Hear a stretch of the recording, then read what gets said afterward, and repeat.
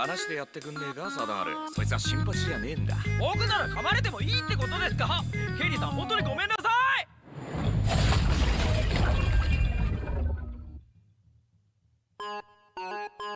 さて、行き先は？ピークって、もしかして僕またメガネだけになってない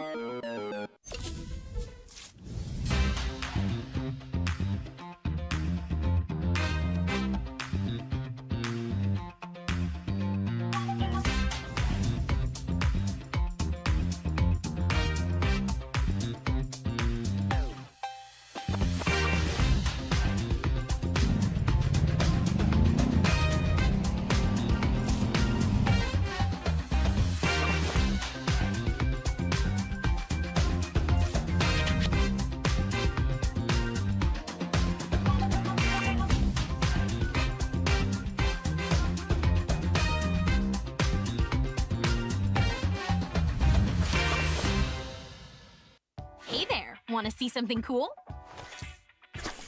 Isn't it cute? Let's see what other sea creatures we can discover.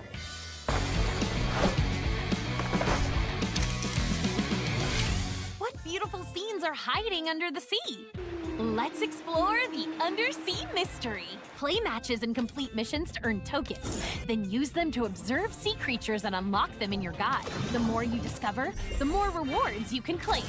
Make sure to check in often, because rare sea creatures will periodically generate extra tokens. In Battle Royale, the adventure starts before you even land with a brand new whale-themed airplane. On Bermuda, look for mysterious whirlpool entrances that take you to the fresh, cool undersea realm. The high-tier loot zone becomes the Hydro Zone, surrounded by towering water walls. Don't worry though, you and your bullets can still pass through freely. Giant whales will also fly across the sky and drop bubble airdrops as they fly by. And yes, you can fish mid-match. Fishing spots will appear around the map, letting you reel in fish or even loot. Find upgraded fishing spots for even better rewards. Some fish will even follow you after you catch them and grant special buffs. Plus, there's a new event weapon, the Hydro Blaster. Hold fire to spray a continuous, super accurate water beam. When you run out of ammo or reload manually, a QuickTime event will pop up. Hit it to fast reload and gain a buff. Some other weapons can get this QTE reload too, so try them out when you find them. In Clash Squad, the Hydro Blaster is also available, along with the same QTE reload bonuses on select weapons. The Undersea realm joins the Bermuda map pool, and cyber airdrops and spawn areas get themed visuals too. The ocean secrets are waiting for you to discover. Expect the unexpected. Random events may now pop up in Clash Squad to shake things up. You might start round 1 with 1,000 cash, get a random melee weapon each round, receive blue walls over time, and more. Good news to all tactical market enthusiasts.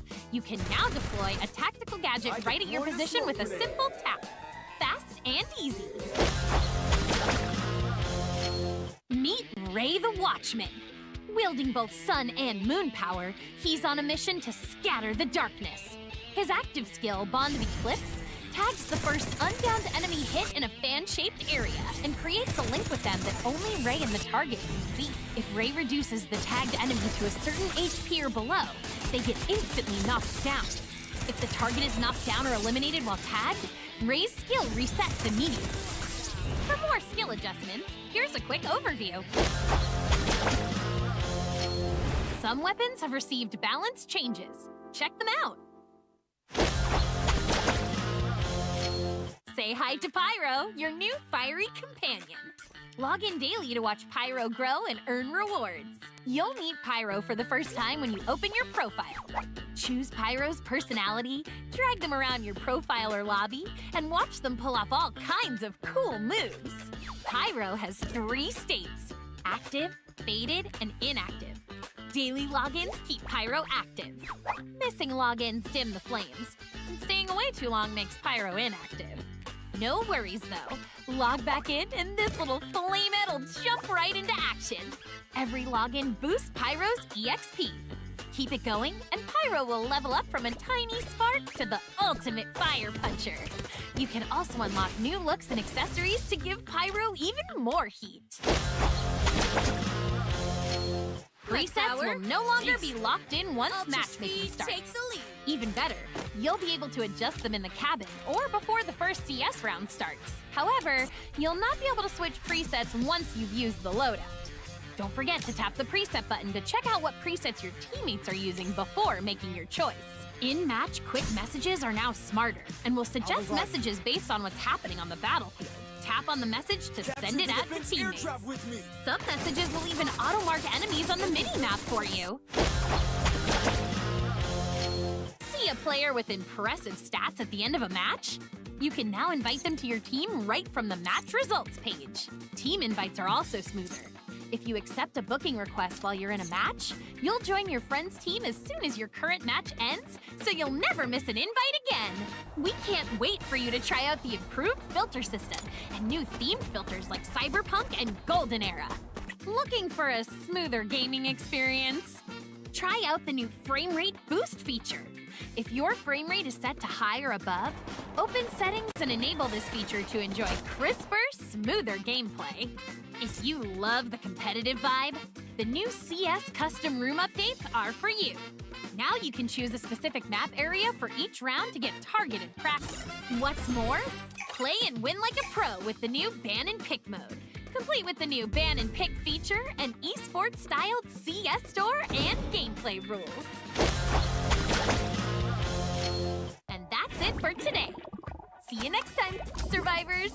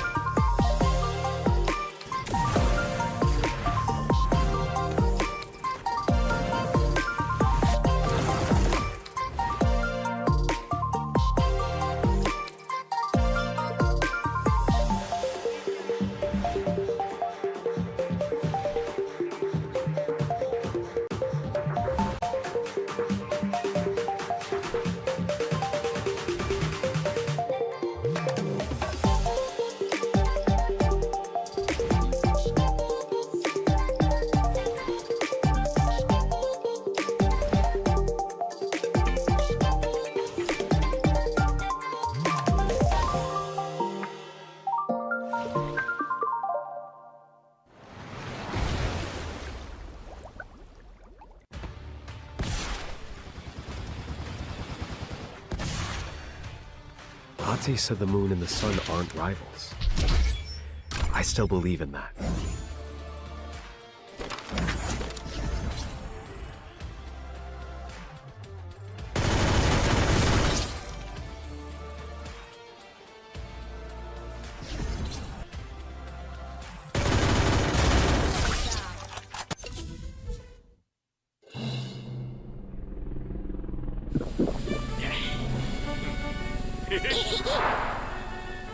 おい！それスノボじゃなくて人体だから。それにこれってケツでブレーキかけるやつだし、吉原大炎上の次は異世界大炎上なんてシャレになりませんから。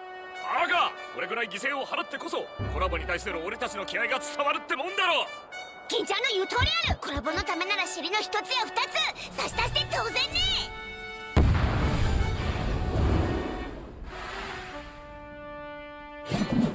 ゲームは終わりだ。え、皆さん、それって銃？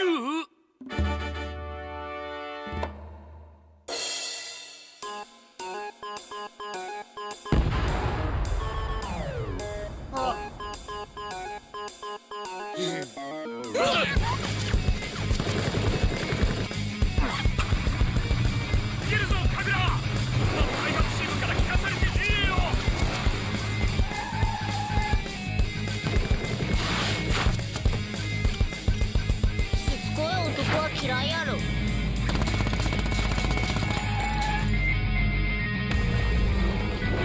ムストロング最高です。アームストロング、なんでこんなとこにまで。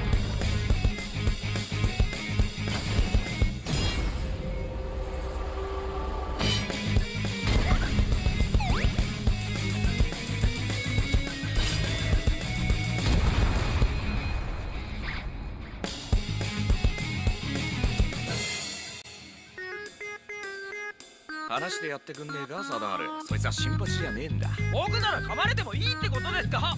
ケリーさん本当にごめんなさい。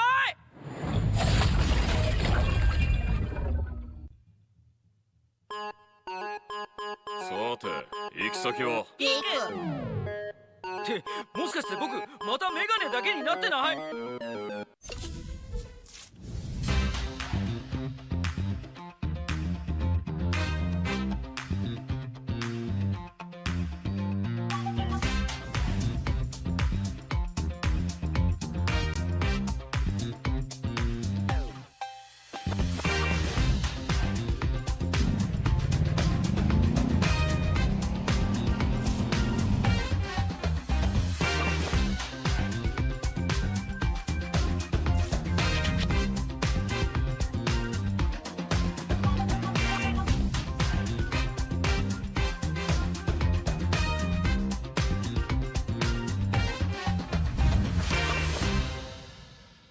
？Hey there, want to see something cool? Isn't it cute? Let's see what other sea creatures we can discover.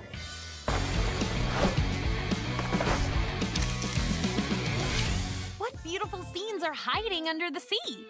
Let's explore the Undersea mystery. Play matches and complete missions to earn tokens. Then use them to observe sea creatures and unlock them in your guide. The more you discover, the more rewards you can claim.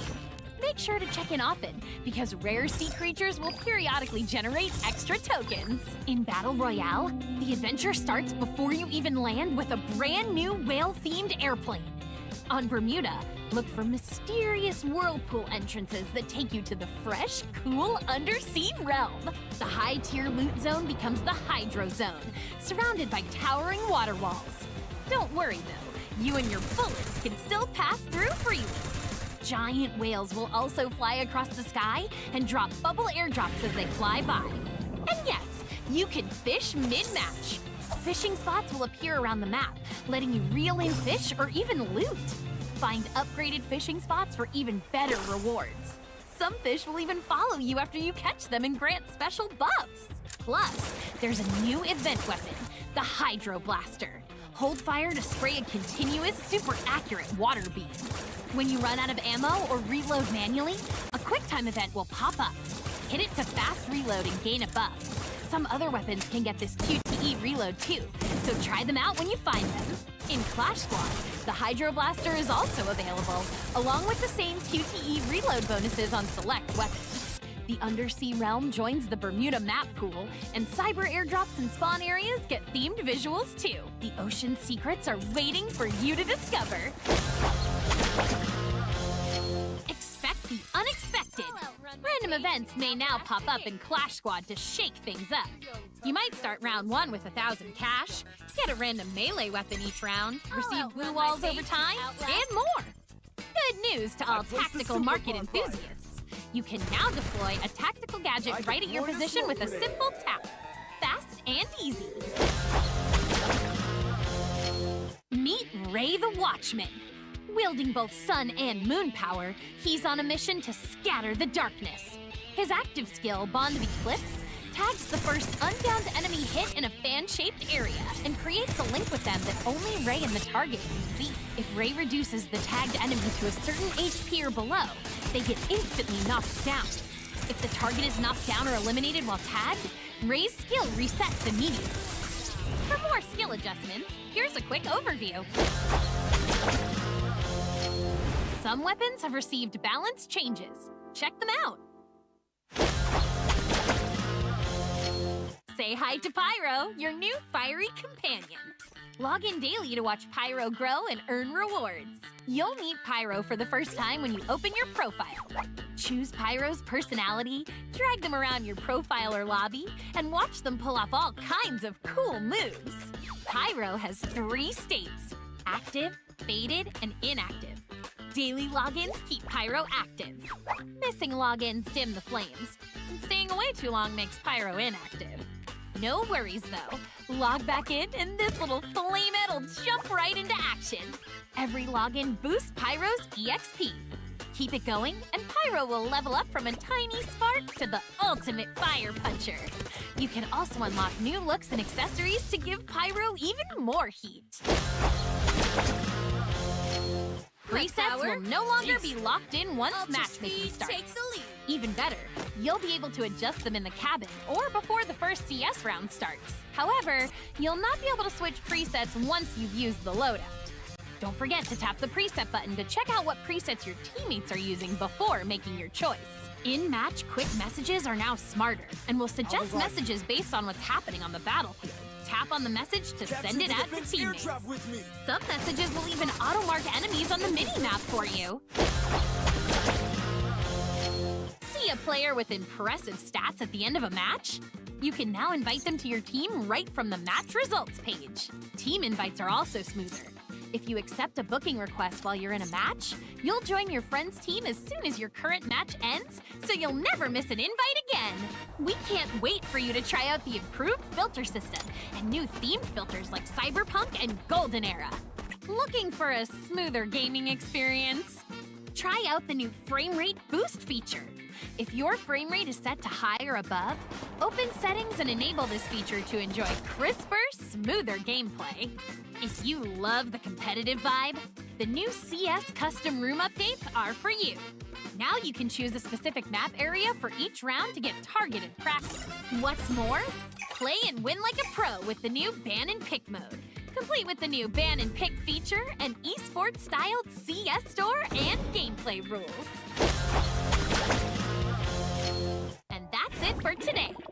See you next time, survivors!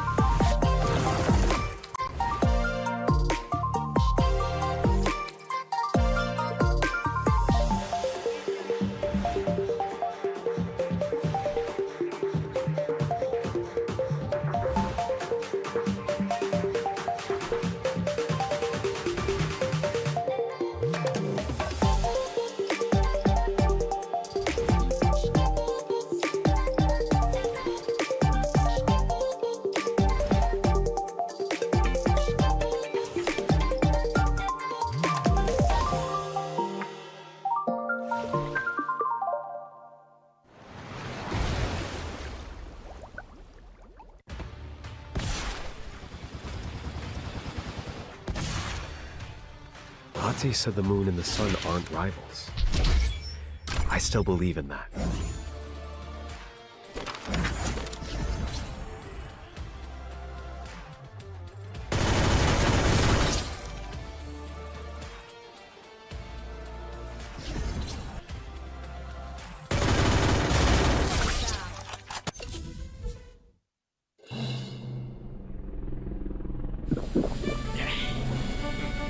お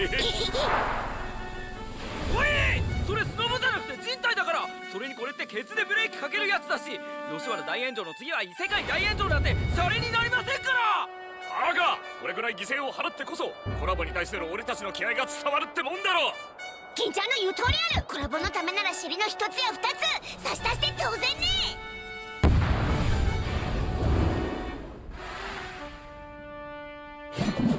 ゲームは終わりだ。え、皆さん、それって銃？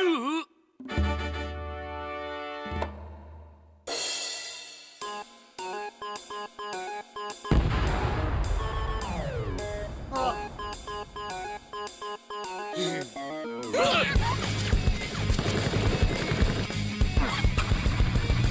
けるぞカグラ。開発チームから聞かされてねえよ。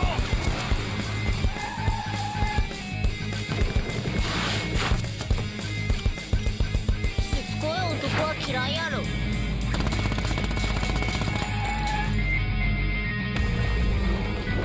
ムストロングサイクロンです。アームストロング、なんでこんなとこにまで。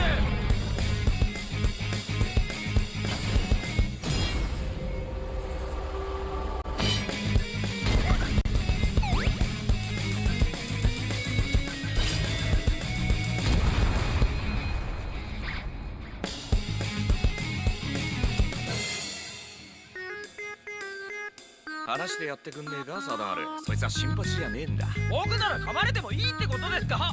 ケリーさん、本当にごめんなさい。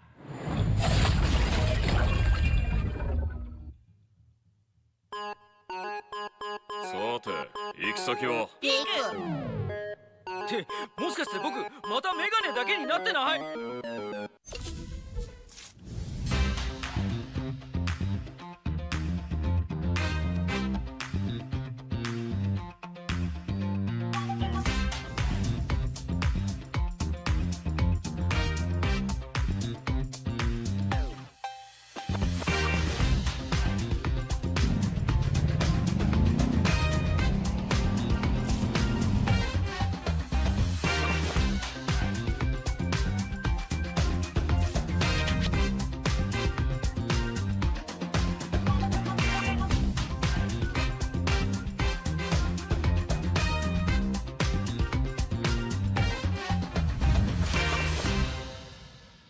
？Hey there, want to see something cool?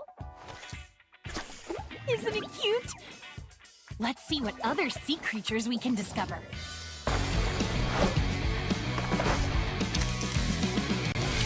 What beautiful scenes are hiding under the sea?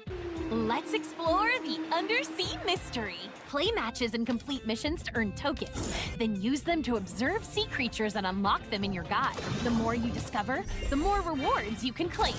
Make sure to check in often, because rare sea creatures will periodically generate extra tokens. In Battle Royale, the adventure starts before you even land with a brand new whale-themed airplane.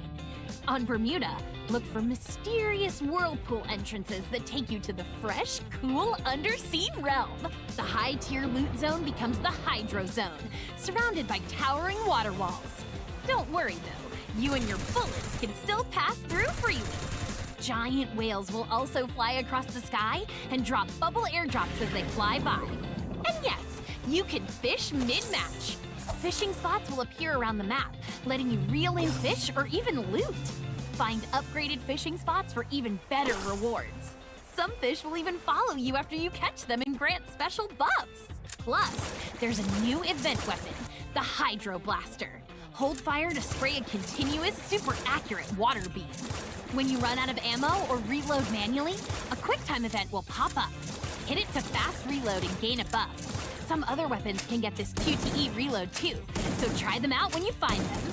In Clash Squad, the Hydro Blaster is also available, along with the same QTE reload bonuses on select weapons. The Undersea realm joins the Bermuda map pool, and cyber airdrops and spawn areas get themed visuals too. The ocean secrets are waiting for you to discover. Expect the unexpected. Random events may now pop up in Clash Squad to shake things up. You might start round 1 with 1,000 cash, get a random melee weapon each round, receive blue walls over time, and more. Good news to all tactical market enthusiasts. You can now deploy a tactical gadget right at your position with a simple tap. Fast and easy. Meet Ray the Watchman. Wielding both sun and moon power, he's on a mission to scatter the darkness. His active skill, Bond of Eclipse, tags the first unbound enemy hit in a fan-shaped area and creates a link with them that only Ray and the target can see. If Ray reduces the tagged enemy to a certain HP or below, they get instantly knocked down. If the target is knocked down or eliminated while tagged, Ray's skill resets immediately. For more skill adjustments, here's a quick overview. Some weapons have received balance changes. Check them out. Say hi to Pyro, your new fiery companion. Log in daily to watch Pyro grow and earn rewards. You'll meet Pyro for the first time when you open your profile. Choose Pyro's personality, drag them around your profile or lobby, and watch them pull off all kinds of cool moves.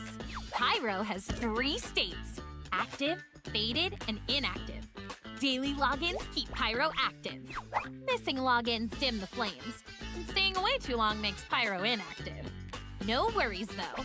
Log back in and this little flamehead will jump right into action. Every login boosts Pyro's EXP. Keep it going and Pyro will level up from a tiny spark to the ultimate fire puncher. You can also unlock new looks and accessories to give Pyro even more heat. Presets will no longer be locked in once matchmaking starts. Even better, you'll be able to adjust them in the cabin or before the first CS round starts. However, you'll not be able to switch presets once you've used the loadout. Don't forget to tap the preset button to check out what presets your teammates are using before making your choice. In-match quick messages are now smarter and will suggest messages based on what's happening on the battlefield. Tap on the message to send it out to teammates. Some messages will even auto-mark enemies on the mini-map for you. See a player with impressive stats at the end of a match?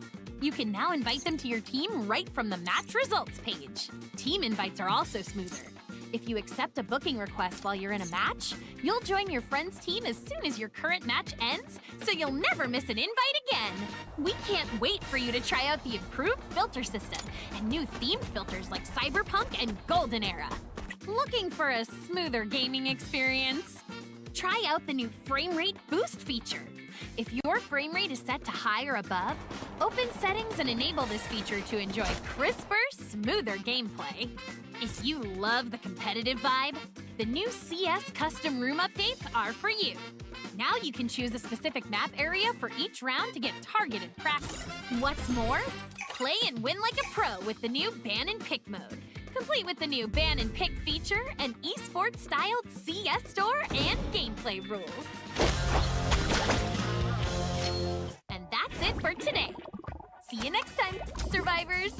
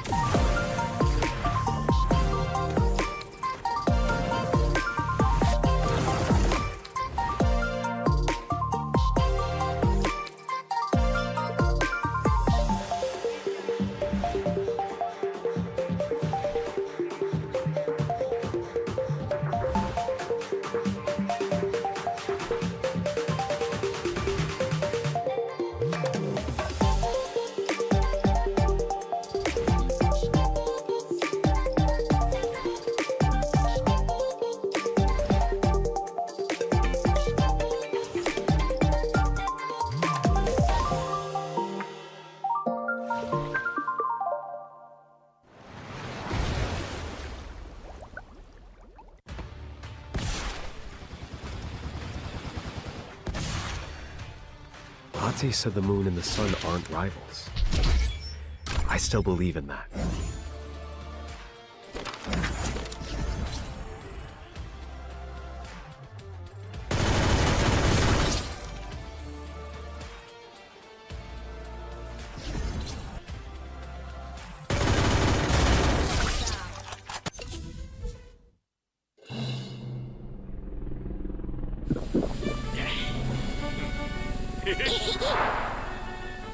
おい、それスノボじゃなくて人体だから。それにこれってケツでブレーキかけるやつだし、吉原大炎上の次は異世界大炎上なんてシャレになりませんから。バカ、これぐらい犠牲を払ってこそコラボに対しての俺たちの気合が伝わるってもんだろ。金ちゃんの言う通りある。コラボのためなら尻の一つや二つ差し出して当然ね。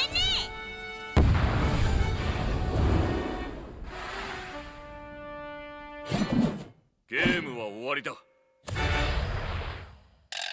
皆さん、それって銃？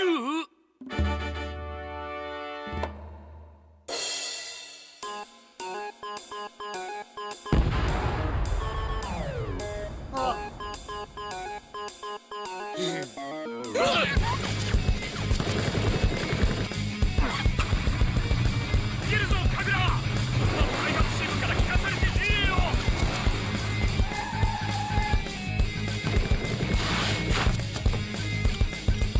しつこい男は嫌いやろ。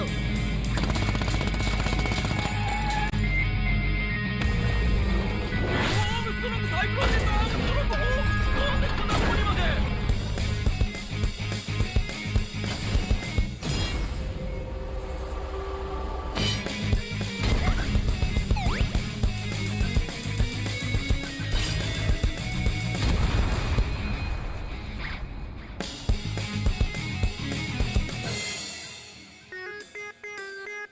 話してやってくんねえかサダール。そいつは新橋じゃねえんだ。僕なら噛まれてもいいってことですか？ケリーさん、本当にごめんなさい。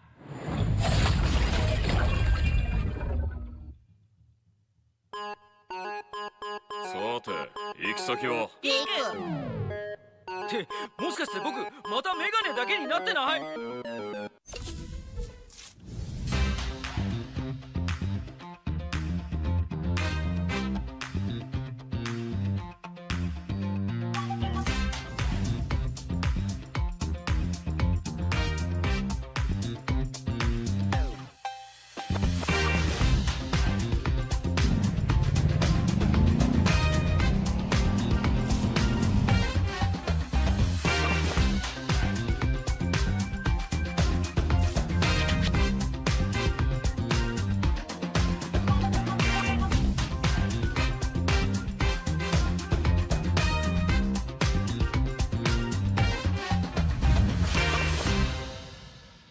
？Hey there, want to see something cool?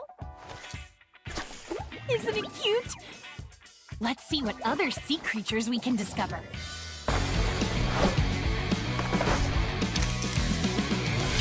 What beautiful scenes are hiding under the sea? Let's explore the Undersea mystery. Play matches and complete missions to earn tokens. Then use them to observe sea creatures and unlock them in your guide. The more you discover, the more rewards you can claim. Make sure to check in often, because rare sea creatures will periodically generate extra tokens. In Battle Royale, the adventure starts before you even land with a brand new whale-themed airplane. On Bermuda, look for mysterious whirlpool entrances that take you to the fresh, cool undersea realm. The high-tier loot zone becomes the Hydro Zone, surrounded by towering water walls. Don't worry, though. You and your bullets can still pass through freely. Giant whales will also fly across the sky and drop bubble airdrops as they fly by. And yes, you can fish mid-match. Fishing spots will appear around the map, letting you reel in fish or even loot. Find upgraded fishing spots for even better rewards. Some fish will even follow you after you catch them and grant special buffs. Plus, there's a new event weapon, the Hydro Blaster.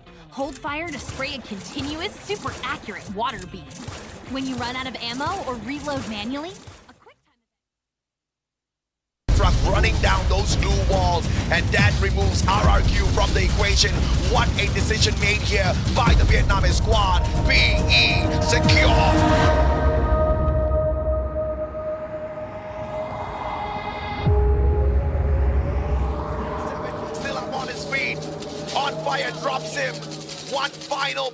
the side of Twisted Minds. 3v1, make that 3v0. Falcons, your back-to-back Clash Squad and Battle Royale champions, the Dominators of Thailand. Represent, gotta do it hella big, had to run it back again, yeah, like it up. Represent, had to do it hella big, had to run it back again, like it up.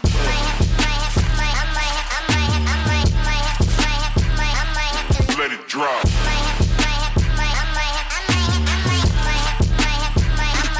Let it drop.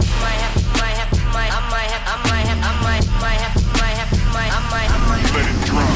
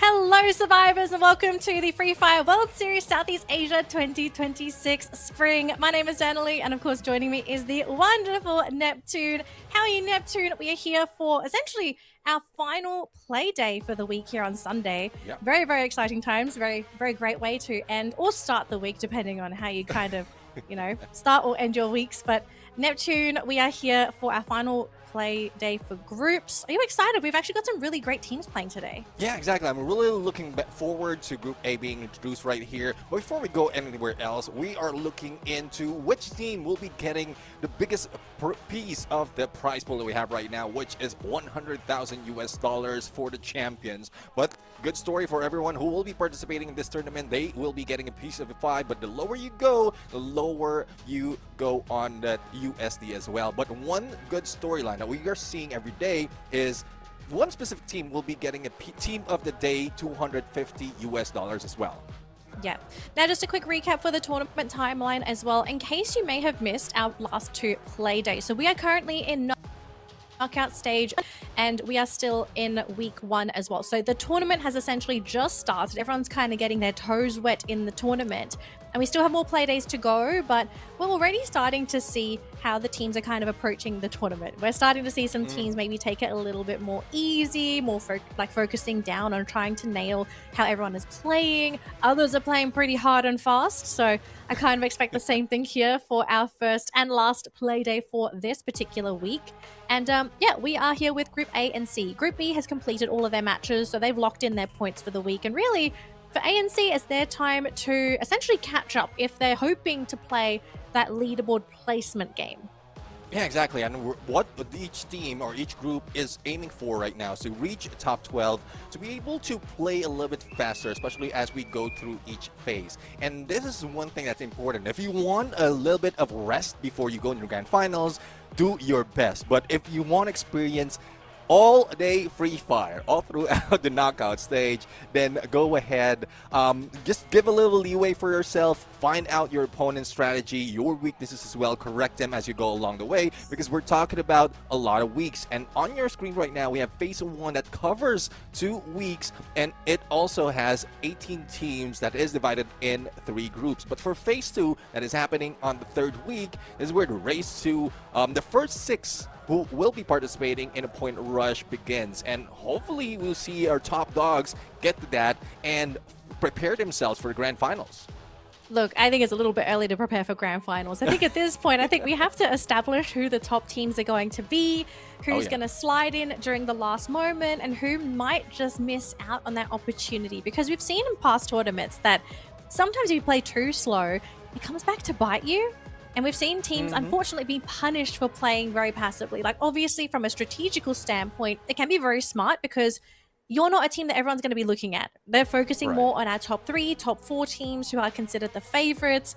So sometimes it does pay off to play the underdog game, but sometimes as well it can be a double-edged sword. Now, point system, in case you haven't kept up with our Free Fire tournaments as of late, it's the standard style for Free Fire. You get your points depending on your placements for the match, and of course you get your elimination points as well. And we also have our one unique active skill rule as well. So we're not going to be seeing a lot of duplicate skills. We're going to be seeing a lot of unique skill sets.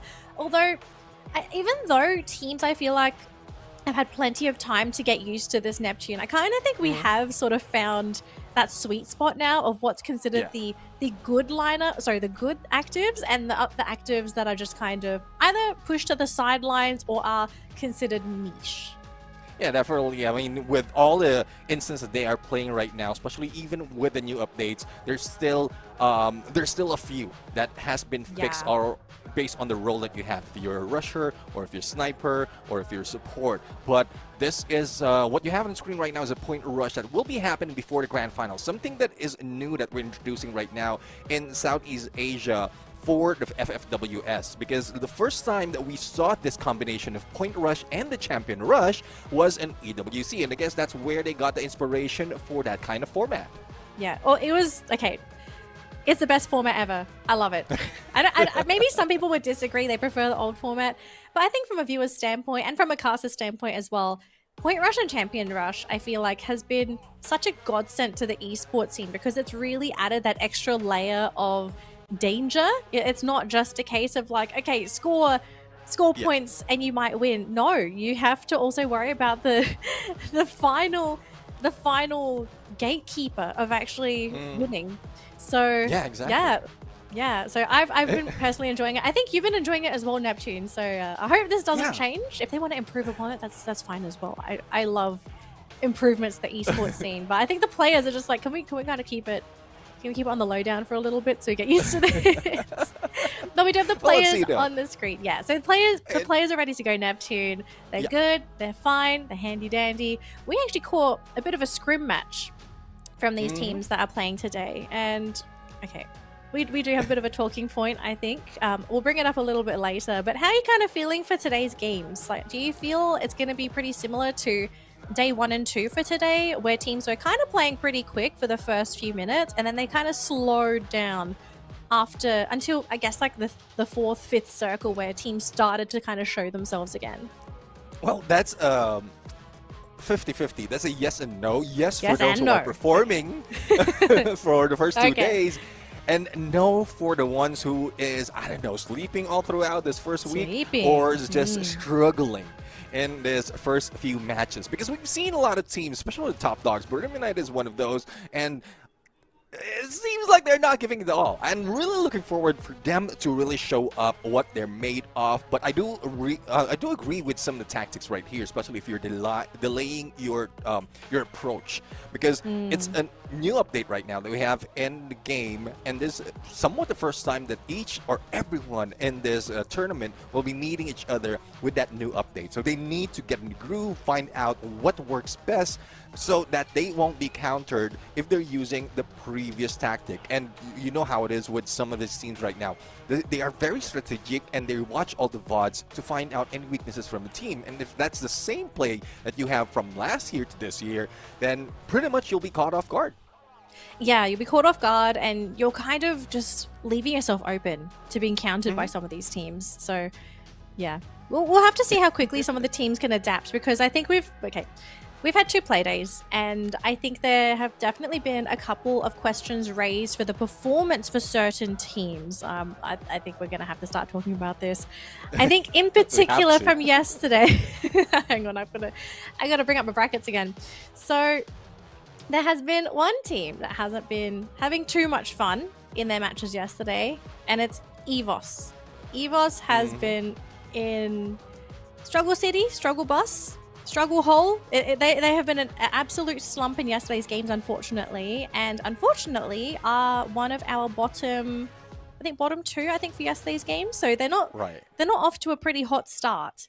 And I did see also some comments from some of our spectators kind of, throwing EVOS under the bus. I don't think EVOS is actually having a slump. I actually think yesterday they threw themselves under the bus with some of the encounters that they sort of ran into for some of these games, especially game number 1. I think game number 1 was kind of an indicator as to how the rest of the day was kind of look like for EVOS, where they ran into our top performing team essentially. AG, All Gamers Global. They ran into them. They got swept under the rug. They didn't have a chance, and we saw that happen. Not with AG again. It was, I think it was Twisted Minds they ran into in one of their other matches, and they also kind of got swept by them as well. So, yeah, it's been a pretty tough day for EVOS yesterday. Onyx also struggled. Right. So, yeah, the Indonesians off to a bit of a rough start for Group C. But with the introduction of Group A, we could see a revival of these two teams, but we also have to remember that we have a very, very strong performing team in this group as well. Twisted Minds, 106 points yesterday that they scored. The most points of all the teams so far. So great start for Twisted Minds. They look fantastic. Yeah. Exactly. I'm really loving the averages being thrown in by Twisted Mind right now. And this is what we love to see when they were their previous team, Reverse Red. The aggression is still there, but right now they're also dealing with placement as well as getting that booyah. We witnessed that from yesterday. And from your earlier statement, you did mention that Evo's Divine. It's a good thing that you mentioned that they might have been not only in a slump, but they might have been purposefully just throwing some of their games right now, because this is a conversation. They could have been sabotaged. I'm convinced they might have been sabotaged. Like, I think what happened in game number 1, that looked like a purposeful sabotage. I don't think that they shouldn't have been knocked out that early, but that's just my point of view. Yeah, they did kind of get run over. So make sure you look both ways before crossing the street, because there's going to be plenty of buses in this next upcoming set. Let's see now which team will be getting hit by the bus right now, because we have 5 preset maps already on your screen. We started off with Xterra, followed by Bermuda, then Purgatory, Kalahari, Solara, and then a random map, which would be shown later before we start off game number 6. And we've seen a lot of teams really perform out here, especially in the groupings on this A and C lineup. And BTR is one of those that not only are they getting booyahs, but they're also getting decent amount of games in first or in one map that they played in this specific map. And a little bit of fun fact for everyone and for Danny as well, Nextera is one of the maps that always throws a lot of elimination every time we jump in here. So I'm really looking forward to a lot of hot engagement. Either that, or we could be seeing the exception. The one exception, and all of a sudden, everything's just quiet. Here's our predictions for today. So we do have our top 3s that we're kind of looking for. So I went for Twisted Minds, Falcons, and EVOS. Okay, there's a reason why I brought up EVOS. They kind of have to perform, otherwise I'm going to look pretty silly on broadcast. But you actually decided to go for Bigatron and GOW and Twisted Minds. I think Twisted Minds, that's like the default pick for both of us. But I want to hear your thought process for GOW and Bigatron. Like, why are they your top 3 for today? Well, first, GOW, because the clutch play that they have in getting that team of the day from the day number 1 is one reason. They were under the radar, and then toward the final moment, they got a lot of points to push them up, and they're overtaking a lot of teams. BTR, on the other hand, did manage to get 2 booyahs out of the game that they played in that day number 1. So I'm really looking forward to them to do the same for today. Okay. I mean, I think I'd really like to see them really blow up again today. But the question is, can they blow up? Because that's a pretty big ask. And there's a lot of very, very notable teams participating in the matches for today, right? Like, we've got Buriram coming into play, which most people would think like, oh, but Buriram, they're not that great in group. If this team wants to pop off, they just decide to pop off. So I think everyone's kind of praying like, let's hope Buriram is like, not gonna do that for today, give everyone a chance, but that's gonna be up to Buriram if they decide to do that. Buriram is, hang on, let me have a look where they are. They are currently in 12th place on the leaderboard, so Okay, considering that this is also taking into account that teams in Group B have scored points for day 1 and day 2, pretty good chance Buriram's going to make a climb. Personal prediction, I think Buriram is going to sit comfortably in, let's say 5th or 6th. Reasonable, I think. Well, if they continue what they're doing right now, they might be stuck in there a little bit lower, probably 7 or 8. You think so?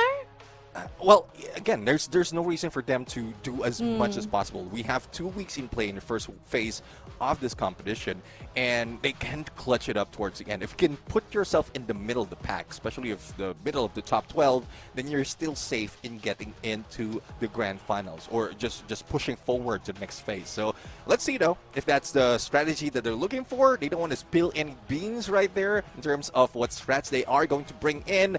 But right now, we're going to bring you into our first map of today. We step into the future, and let's see if the teams are looking forward to this fight, because we are. This is Nextera.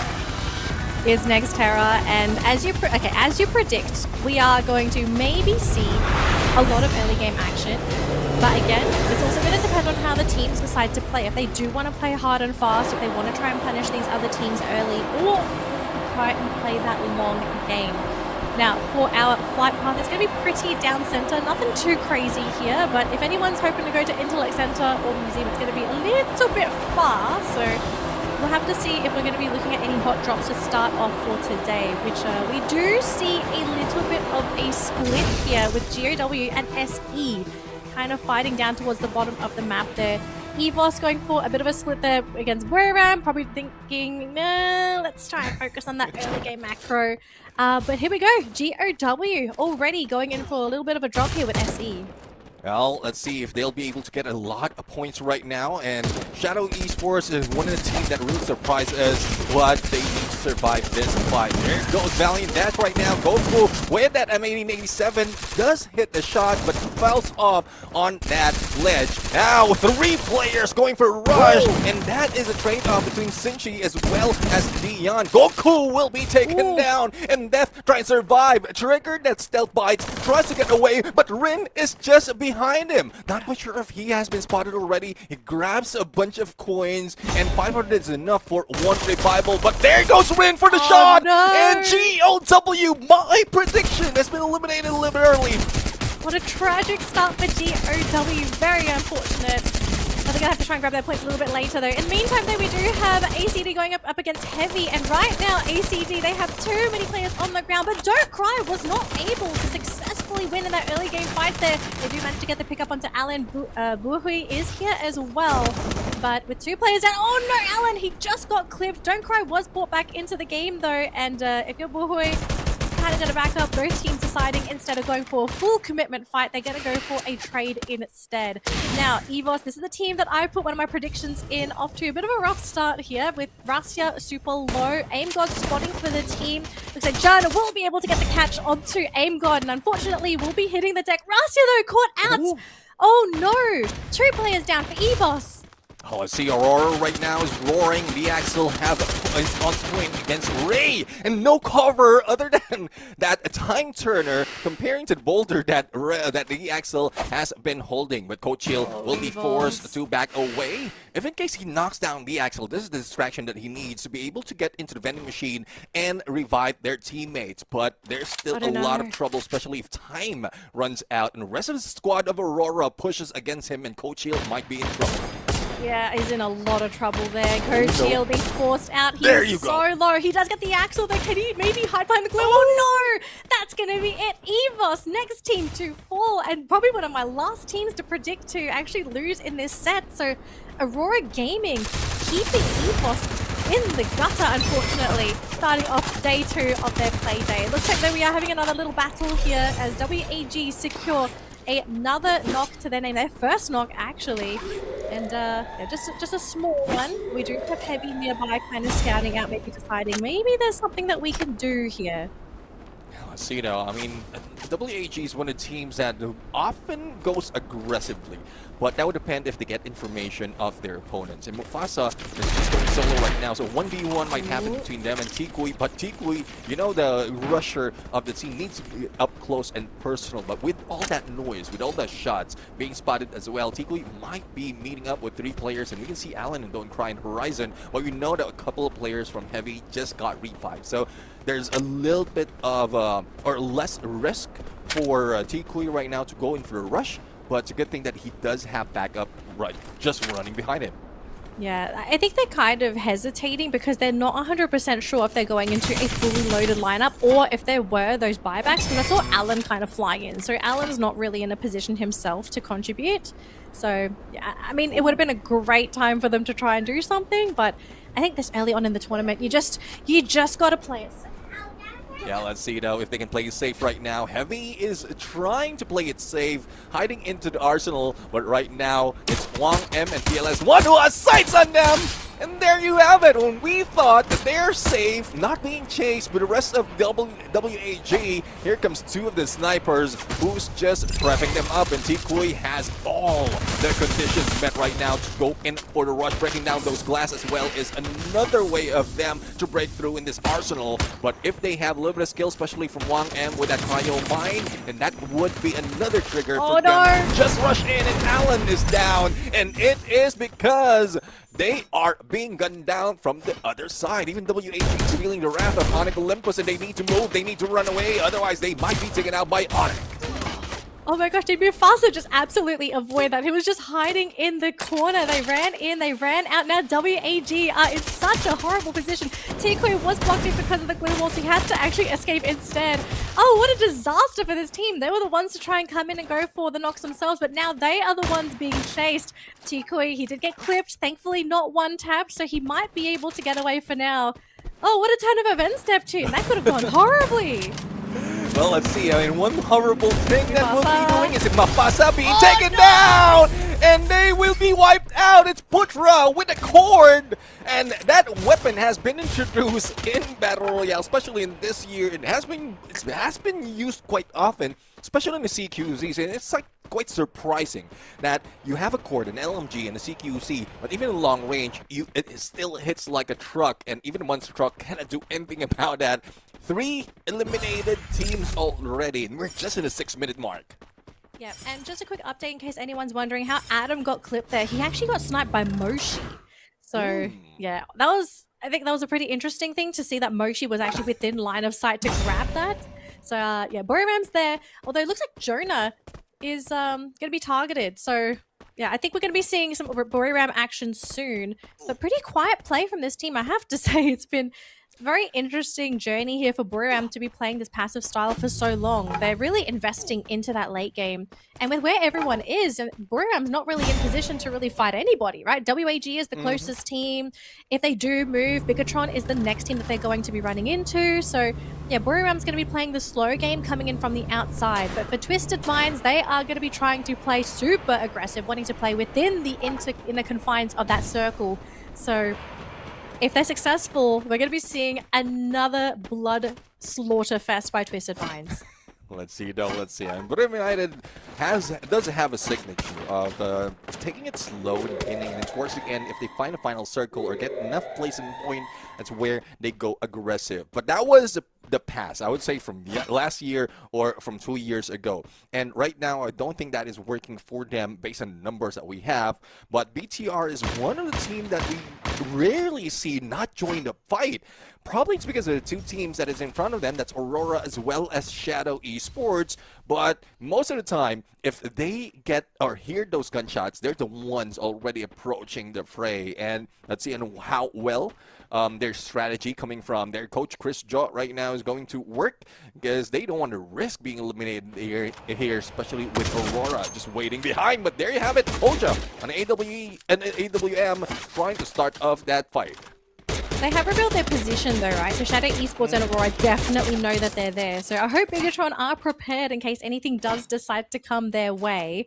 But I guess they're in a pretty good position too. They're not really forced to fight into anybody. If there is an engagement, either Shadow Esports or Aurora has to leave their compound. So it might be a bit of a stalemate for a hot minute here, Neptune. So we might need to relax for the next minute until we do start to see some more rotations coming in from the outer edge of the circle. But right now we just have a little bit of a stalemate. In the distance, we do see Buriram though coming in closer and will potentially be meeting Bigatron, because look at the angle that they're coming from. There isn't really any good compound to hide behind, so they're either going to have to brute force their way into Bigatron, or they're going to have to throw down a bunch of blue walls to even, you know, share the same compound. Yeah, I mean, probably what's also contributing to the stalemate is the zone getting close, second to third right now. But Sibang going in for that snipe against Zairu. It's a good spot as well, so a good player to take down, because if you're in long range against this player, their sniper like Zairu is the first one that you want to take out. So let's see how well they can defend themselves, especially as they have already pushed themselves or provided the opponents the position that they're taking right now. But we haven't seen the next phase of the zone. Everyone in this area of the square will be pushed out. Yeah, if the circle is here, it's going to be crazy with everyone trying to fight, trying to find their own compound, using walls. You're even going to see people maybe use the little RVs, you know, on the map, just because it's getting super crowded. We still have 9 teams left in the tournament. We still have 36 players, so we are starting to run out of real estate, Neptune. It's really going to depend on where that next circle is going to be and the angles that some of these teams are going to have to use when they do relocate and change their compound. So right now, not much is happening. Just a couple of pot shots here and there. I think if anything, teams are just hoping to throw a couple of bullets. Wishful thinking, maybe they get a one tap. You know, who knows? Yeah. Sometimes you can get lucky with some of those shots. Exactly, and let's see. I mean, from what we witnessed earlier, the square is where everyone has been located. BTR is taking advantage of the position they have right now to take anyone out. The first target would be the ones in the high ground, which is Aurora, but Twisted Mind would be on the other side, taking those bleachers, and BTR taking a compound for themselves. So 9 teams, and we're seeing 5 of which strategically positioned in every compound of Deca Square. Yeah, Deca Square is completely full. There is no space for anybody. So WAG going to be coming from the same angle as Bigatron. I don't think they're going to have as clear of an entry, so we'll have to see if WAG can find a way to safely get in, because it's not just Bigatron that has a clear line of sight on them, but I also do believe that, you know, if they're not careful, Twisted Minds might even want to sort of stick their finger into the honeypot here, because there's so many teams. There's so much opportunity for teams to get those eliminations. Because look at Twisted Minds. Look at their positioning. They have the high ground. This is the best positioning to have, considering where this circle currently is. Right, exactly, and it's a good thing that you pointed that out, because the position they have, though it's in high ground, potentially they will be the first target if they see those blue walls. But that dip, the back end of that cover is what's saving them. WAG is moved in already just next to Twisted Mind. At least they're safe, but not against Bigatron, and 2 down already being done. And there you have it. 3 elimination. Nan would be the only one remaining. Kikui will not be revived. But here comes trouble, because Aurora has heard that shot. I think they're going to push their way into this compound, but I guess that would be delayed. They're waiting for the time to run out. Yeah, I think everyone just wants to see where's that circle going to be, right? Because if you're in the best position, you're going to want to play defense here. But right now we are seeing a lot of pot shots being thrown out, I believe, by Falcons. They are shooting non-stop at WAG. Twisted Minds is right next to them. And Bigatron looking to also contribute as well. Looks at Twisted Minds eliminated in 9th place. Shocking ending for this team that was projected to potentially be a winner here. So down to our top 8 teams, 30 players remaining, and look at where that next circle is going to be. Not the best place to be if you're Bigatron. You are outside the circle, and you have to somehow get through Aurora.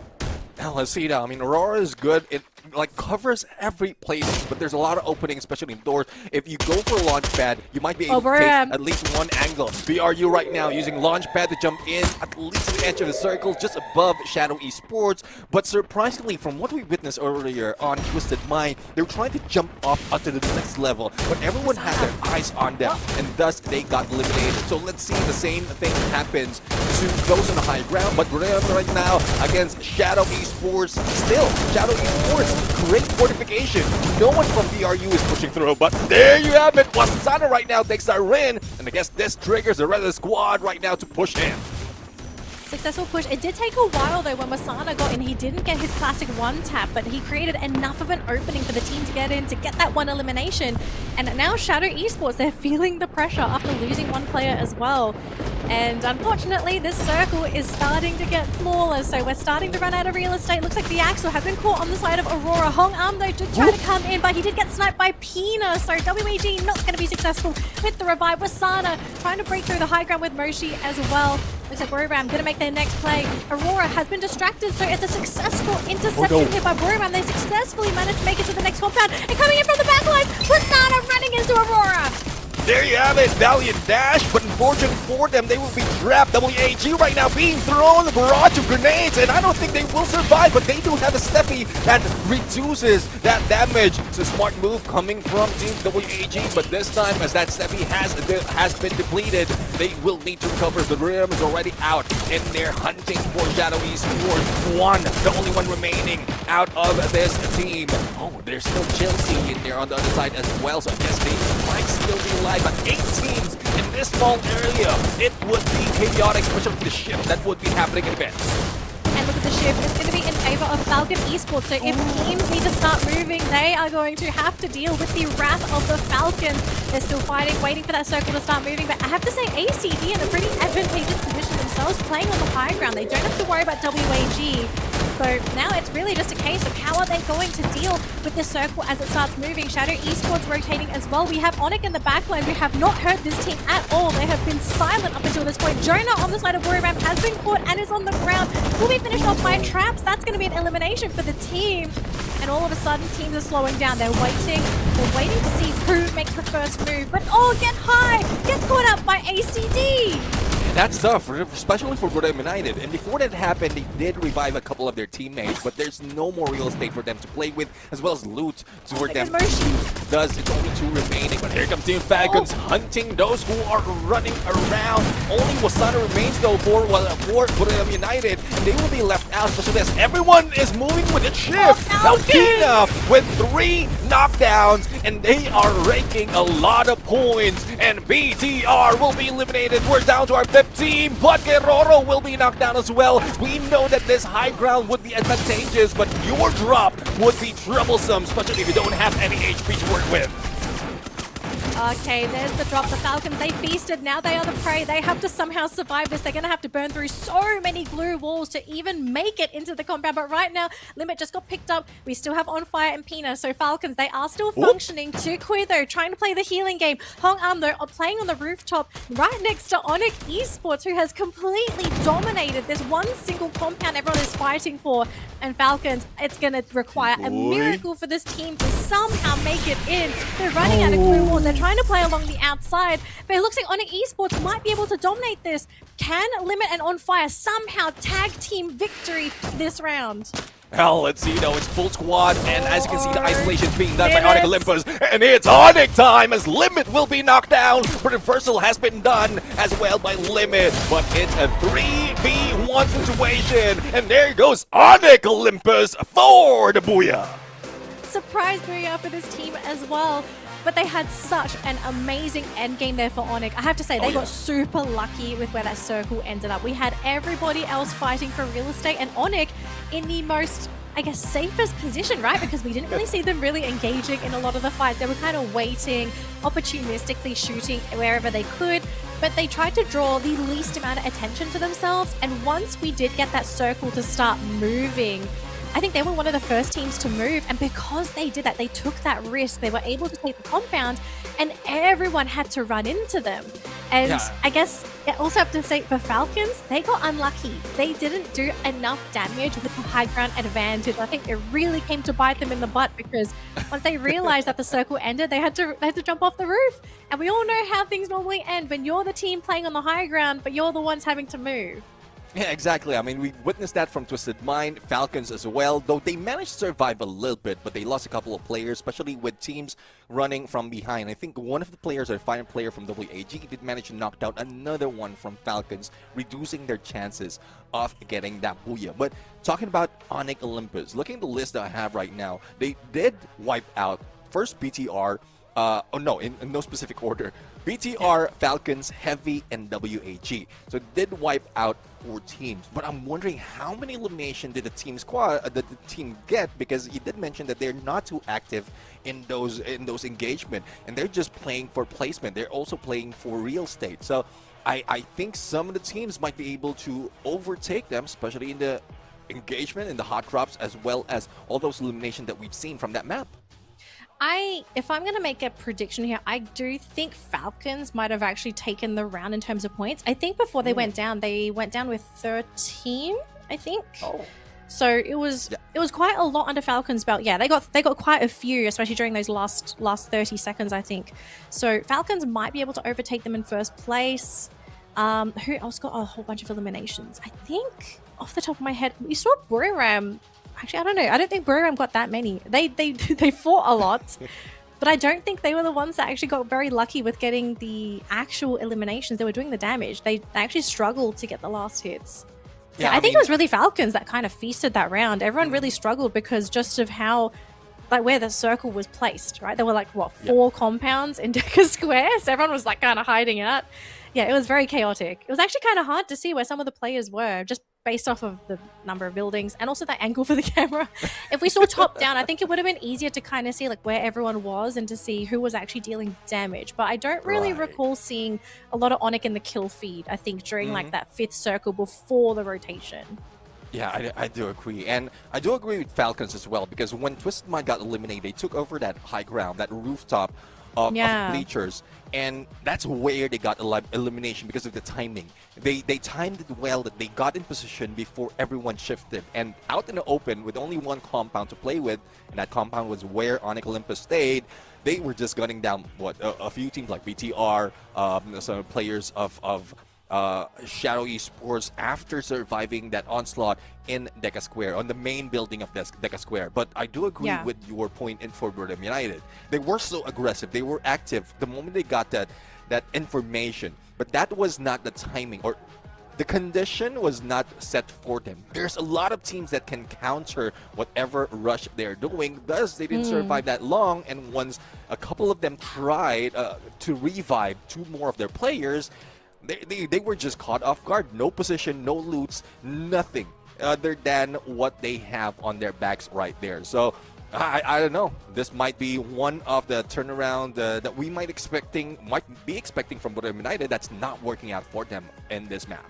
Yeah, I think we have to kind of just see the final point distribution for all these teams, because I think we also need to see like what kind of happened for everybody, you know, like where everyone is in terms of placement points, what they got for their elimination points, because we have to start counting points for our leaderboard.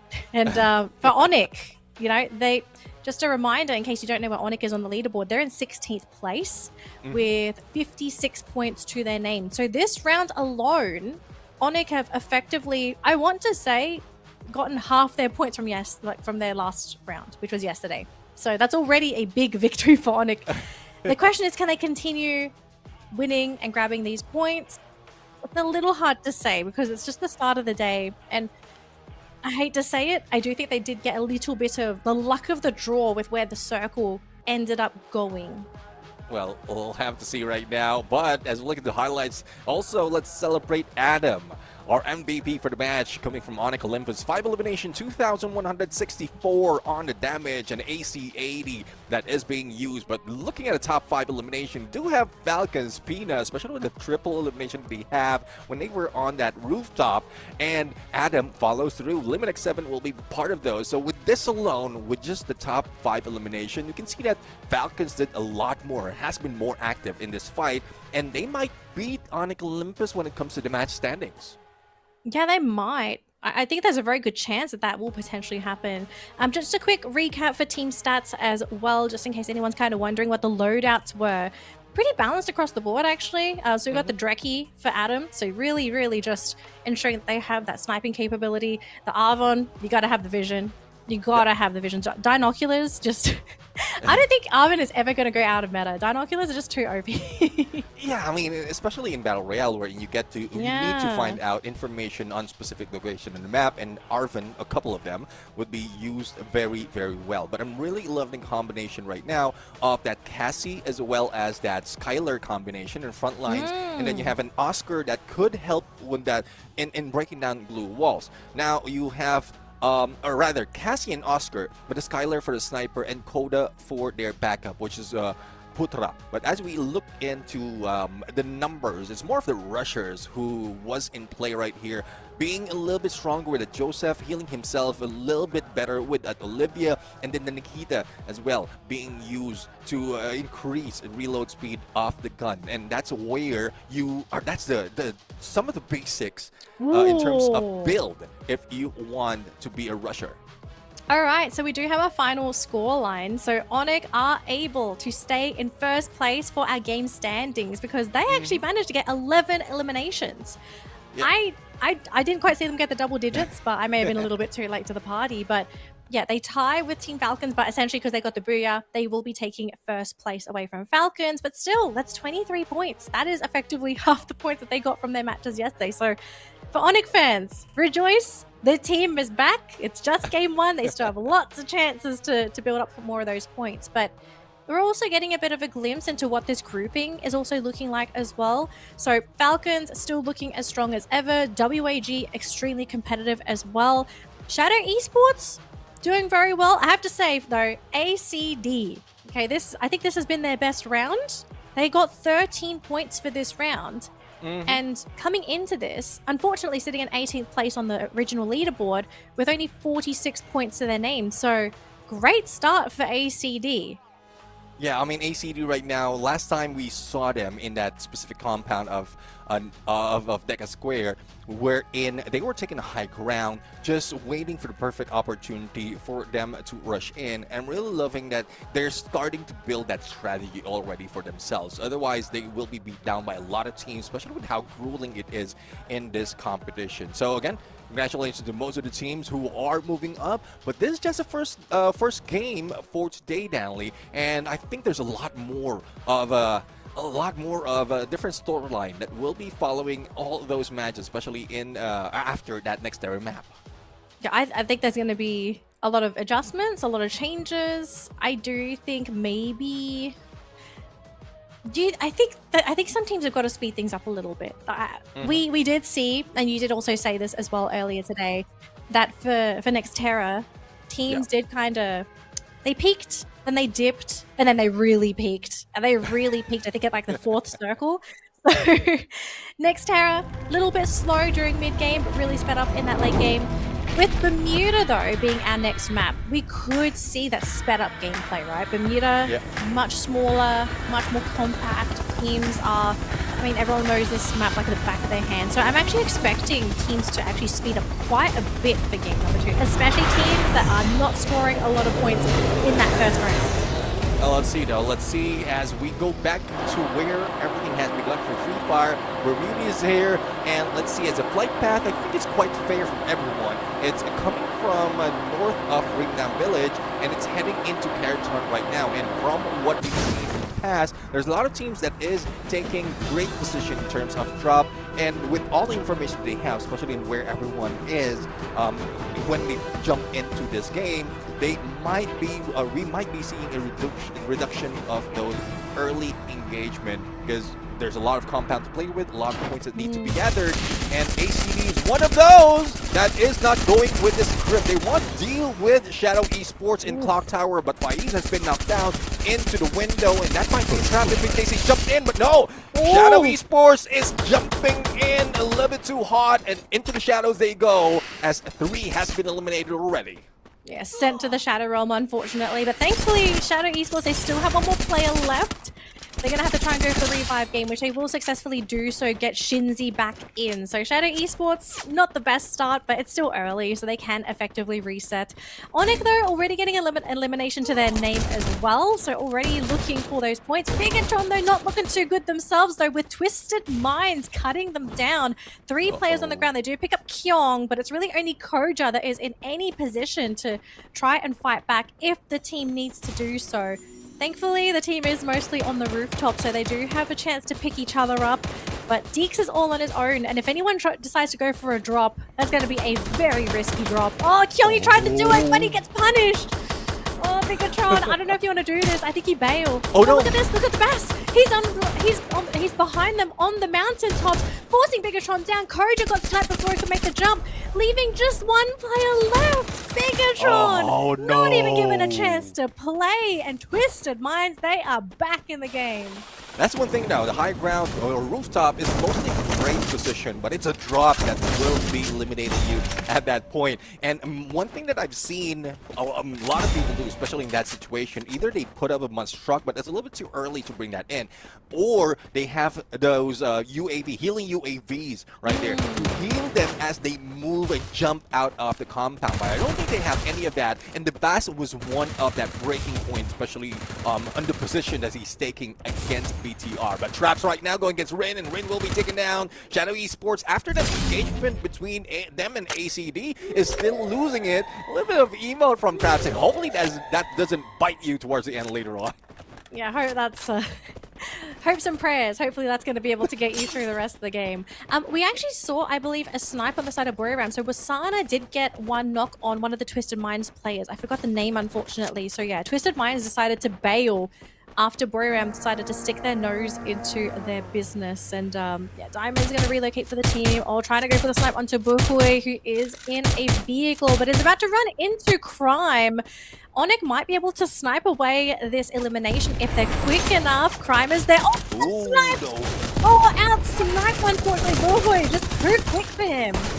And one thing, there's a third party that's happening whilst this two teams is battling. Onyx Olympus in heavy fight right now, but on the other side, we all are seeing Twisted Mind putting their shots in and just make sure that they can take advantage in getting elimination, even if they don't jump the gun. But Onyx Olympus, well, they really need to jump in onto his vending machine, revive a couple of players that they've lost. But right now, the Noculus is being used by Brim United, but they're planning to get into the middle.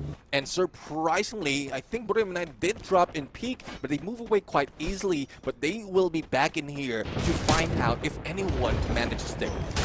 Yeah, now I don't know if anyone was paying attention to the kill feed, but ACD and GOW have been going at each other non-stop. There have been eliminations, they have also been buying each other back, but it looks like, unfortunately for GOW, ACD, they're persistent, and GOW may have just run out of resources. We see Death here, but is he the last player for the team? Because if he is, that is basically going to be it for the team. Death is down, but it looks like they still have one player remaining, so GOW been in basically the most crippling fight in the game so far. We'll have to effectively reset. But ACD, what happened? This team is just waking up today. Yeah, I'm really loving that this side of ACD is coming up, and you know, if you name yourself Anyone Can Dream, hopefully there's a little bit of waking up in there. Otherwise, you will just be sleeping through all throughout this tournament. But I'm loving this side of them. WAG, though, is a little slow to my liking compared to when we saw them from last year. They were one of the most active team in this battle. Probably it's because of the number of Vietnamese team that's also fighting in here, but we've already lost, we haven't lost any of that fight, almost losing GOW earlier, but as you can see on the sidebar right now, they're back in play, and it's Shadow Esports from Indonesia who is being beat down, and little no chance of them to bring back their teammates unless they play with a shifted circle and then get in compounds that is being left behind by a team that's occupying it first. Yeah, and I also have to mention as well, EVOS, okay, they had a pretty terrible game, number one. Nothing. I kind of wonder, has EVOS just decided, guys, no, we're not going to show our faces. We don't exist, okay? We exist after the fourth circle. They are so afraid. Oh, no! No! That's going to be a misplay. Oh, gosh! That's painful. That's painful. And the worst thing here is you got the knockdown, but couldn't even confirm it. So that still doesn't go to your pocket as an elimination. WAG is the ones who's taking advantage of that. Shadow Esports is still at a loss, but it's a good thing that they're reviving their teammates. And looking at their current standings right now, they are on the 13th spot. It's good to see this coming from a new introduction in the FFWS Southeast Asia region, but for how long? Especially when we're looking at the performance of big dogs, they're not showing up like big dogs right now. They're showing up like puppies who are just being cute of being there under, like at the bottom of our leaderboard. Yeah, I think, if anything, they're just praying. Hopes and prayers that they can even make it into that 4th circle. But this is going to give us an indicator as to what's happening. Everyone's parked in the center. I love how everyone's just decided we're going to stay here. And the circle agrees with them. So even the circle is going to congregate with everyone else in the central area. So anybody that is outside of that central part of the circle, they're going to have a heck of a time even just making it in there. There's Buram camping out. There's ACD there. There's EVOS. We have Aura, Heavy, WAG. So yeah, for GAW, Falcons, Shadow Esports and Onyx, they're gonna have to really fight their way in somehow. Let's see now if they can fight their way in. Here comes the shift about to happen in 5 seconds. It's second to the 3rd phase of the circle right now. And let's see if there's something that would save some of the teams, especially those who are being gunned down. And Shadow Esports once again being beat down. And it's a different team this time. It's Onyx Olympus. So I guess Shadow, or probably it's because of all the light, the sunlight that we have in Bermuda, that shadow is not building up, and they're just being gunned down so many times. Yeah, it seems to be a bit of a different game here for Shadow Esports. Hang on, we're going to switch over to Buram here. Hide and seek, definitely. And EVOS are going to be running into Buram. Well, actually, vice versa. And look at EVOS! Almost the entire team just gets wiped on the spot. And again, EVOS, 11th place. No eliminations to their name. Absolute disaster of a day 2 for the Indonesian team. What's happened? Oh yeah, I mean, I don't know. They're just playing around. I believe they're just playing around. They don't want to show up that much, but hopefully they do. They're in 18th place on the leaderboard. 18th. Do I need to say that again? They are not having a good time overall. And I do wonder, if this continues, I'm a bit scared this team might not even make it to top 12. Okay, there is a legitimate fear here. Well, what is the risk if you don't make it to the top 12? You delay your pace in getting into grand finals. So imagine the format that we have. While nothing is happening, as the shift is happening right now. So phase 1, phase 2, there's phase 1, you get the top 12, and then you get ahead for or phase 2 rather. You get in top 6, you get ahead against everyone, head to the grand finals. And as we head into phase 3, we still have the top 6 on that specific scenario, on that specific stage that can get into the grand finals where all of the best team has already moved forward. So if EVOS Divine is looking for a time to move and perform, that is the best way that they can do. They've watched all the VODs, all the information they have from the other teams, and towards the end, they can lead the pack because there's only chumps that they are playing with towards that phase 3. Sorry for the term. Did you just call them chumps? Neptune! Oh, no, because if you're being left out, then what makes you?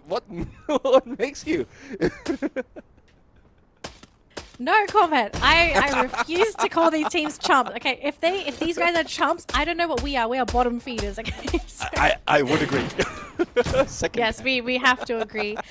We are getting pretty late into the game though. We still have 10 teams somehow, 40 players remaining. So everyone coming into this last, I guess, few circles with their full 4-man rosters.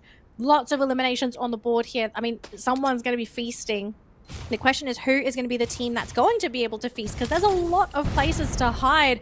Looks like Onyx want to try and add some more eliminations so they need their team maybe motivated after getting that booyah in their previous round. But look who's coming behind them. At Shadow Esports, if they're not careful, they could be ambushed and sandwiched in. So, Shadow Esports is not getting the best of luck in this game. and hopefully they will remain silent right now. Though shots has been heard right there coming from Shadow Esports. ACD is one of their targets, and they're trying to bring in or get their information because of that cryo mine. But on the other side, Riptide Gradient for cryo mine being brought in by Heavy against Onyx Olympus. This might give or increase the chance of Onyx Olympus being taken down once those damage has been dealt with, and then Shadow Esports jumped the gun. Yeah, so Onyx did manage to heal off all the damage, and they picked up Putra as well. So they're still standing, but that actually gave Shadow Esports a little bit of time to move. So everyone's getting a little too close for comfort, unfortunately. And at some point, someone's going to have to make something happen if the circle does not wind up on this side of the map. Because we've got 4 teams here. We have ACD, Onyx, Shadow Esports, and Heavy. And even WAG is deciding to encroach on the bottom side of this circle. So there's not a lot of room to play with. If this circle moves north, it's over. It's over. It's going to be an absolute race to any hiding spot at this point of time. The thing is, where is that circle even going to end up? ACD just throwing everything that they have at Onyx. And at this point, Onyx is just praying that nobody gets one-tapped. Let's see though, let's see. Onyx Olympus just waiting for that opportunity as well. Probably shift.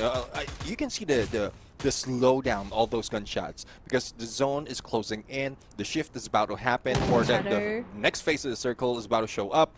But Heavy putting a little bit of pressure on Shadow Esports, even with the ice grenade, just to get information on them. Neptune, quick prediction. Where do you think the circle is? Bottom, down? Oh, it's in the center. We're a little bit too late to this, but oh gosh, it's going to be an absolute death run to that central area, because look how open that is. That's so open. So teams are going to have to go for that mad dash. I think at this point you're hoping you have enough blue walls to sustain you there, but it's going to be absolutely chaotic. I think here is where we're going to be seeing teams that have shotguns. Anything that's good for CQC are going to thrive. They are going to want to run into people. Twisted Minds, first team to make that mad dash in from the top side, running into Falcons. The Bass, first player to go down. We still have Exposing in the distance, trying to snipe. The team is still standing. They do lose another one though. 3 versus 3. Jump and Pina going to be knocked. Diamond next one to follow. And Falcons, they've taken everyone else, leaving Exposing all on his own. He's outside of the zone as well, so he's taking that blue zone damage. There's no way Exposy's going to be able to make it in. Yeah, there's little no chance, especially with the pressure. Riptide Rhythm on him, plus a glue wall melter. And a bit, Exposy would be exposed right now, probably gunned down, as we lost track of everyone else. But I guess there's one that I'm seeing right now that has better potential of surviving that fight as ACD. They are in a good position, and all they have to do is wait. But here comes Shadow Esports just below them. And if they move up that compound, that second floor, ACD might be forced out to move into that ground floor or outside of this of this compound. And then they might be targeted by a lot of teams. It's a good thing that they are patient right now. Same goes with GOW. But Onyx Olympus has already moved past them. That can spell trouble for GOW once they jump. Oh, they're going to have to jump in a moment. Here comes that blue zone. ACD first one to jump. Shadow Esports going to hang around. They decided to play with that front window. And ACD, oh, here we go. Shadow Esports running into ACD. Again, it's going to be Shadow Esports taking that bottom level. ACD trying to go up top. No! We do have a fight. Shadow Esports losing 2. Sicily and Shinzi down. A-Lifto will be losing his life in the process. They won't be able to pick up because Quan is on his own. And I think ACD will successfully take the compound for themselves and eliminate all of Shadow Esports. In the meantime, though, was that Onyx? Onyx is gone! Onyx has met the M79 of Onyx Olympus. Of GOW rather. And that's just GOW getting a lot more that they can take. They're the ones who distance themselves from everyone at that specific compound, and now they are in a good spot. Backstab probably WAG, but Aurora right now feeling the wrath, and they couldn't be roaring at this point. 10 elimination being brought in by WAG, and Aurora is their target. It was ACD that actually locked in all those eliminations. ACD are popping off today, but the thing is, are they going to be able to survive for the rest of the round? WAG though, sitting on 12 eliminations, looking to get rid of GOW. It looks like GOW, they are waning, they're running out of resources, they're going to be eliminated, running out of blue walls, leaving WAG to go up against the Falcons. But look at how far forward the Falcons are. Pina, first one to go in, engaging in the 2 quick, but he's going to be the first one to drop instead. Kiroro coming in for the backup, but Kiroro, can he beat this fight at all? Tukui's still here. He's fighting, he's dashing. Kiroro's down, but he gets sniped for the Falcons. They'll still take the round. They had 2 players remaining. And Falcons, they are soaring in our second game of the day. Yeah, I mean, the distance that they kept, and they're the ones who met with Twisted Mind earlier. They were distancing themselves from the rest of the squad because they were hearing all those gunshots and they don't want to be third party after all. Now that they have... Oh, look at the taunt. all right, Look all right, at the taunt. we can take that. We love this energy coming from Team Falcons. But going back to the story, they're the ones who gatekeep Twisted Mind. They just waited for the rest of the squad to finish themselves off, and they're just eating up all those elimination after the knockouts happen. And towards that final moment, that's a one guy, Limit X7, who distanced himself from the rest of the squad so that they can have advantage if in case they fall down or the frontliners fall down. So Team Falcons back on the board right now for the Booyah. I'm loving this performance coming from the team. My boys, I put them on my prediction. I knew they were going to have a pretty good day. I'm not going to jinx it. I feel like I might have now. But I think this is the Falcons that we all kind of expect to see, right? Like this team, they can soar, they can fly, they absolutely can have really great days. But I think in particular for this round, after getting rid of Twisted Minds, like I think we both knew, like, hey, these guys mean business. They had a really great position in that circle as well, where everyone had to make that mad dash from the bottom of the circle. They were playing towards the upper end of the hill. After eliminating Twisted Minds, it almost felt like they had free reign. Like they had all the space in the world to work with. They had all the resources in the world to work with as well, because they had so many glue walls to their name. Like they weren't really competing with anybody, because everyone that was fighting towards the bottom, they were kind of killing off each other. And by the time they were ready to go into the circle, they were all wounded. They had burned through resources. I think GOW legitimately ran out of glue walls.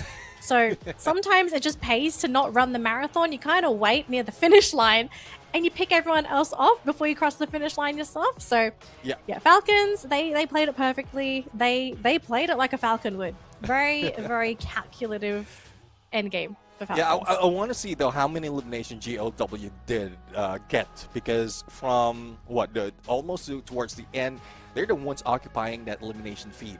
And I don't know if it has been confirmed or were they stolen by a different team, but it seems like taking third place, they could have taken a lot if not for any distraction that's happening outside. WAG is another one that was silent, but you can saw that we saw even before they met with Team Falcons that there's a lot of teams that they met with on that approach. So it's potentially they didn't get that booyah, but they did get a lot of elimination. No, look, eliminations are very valuable in this game mode.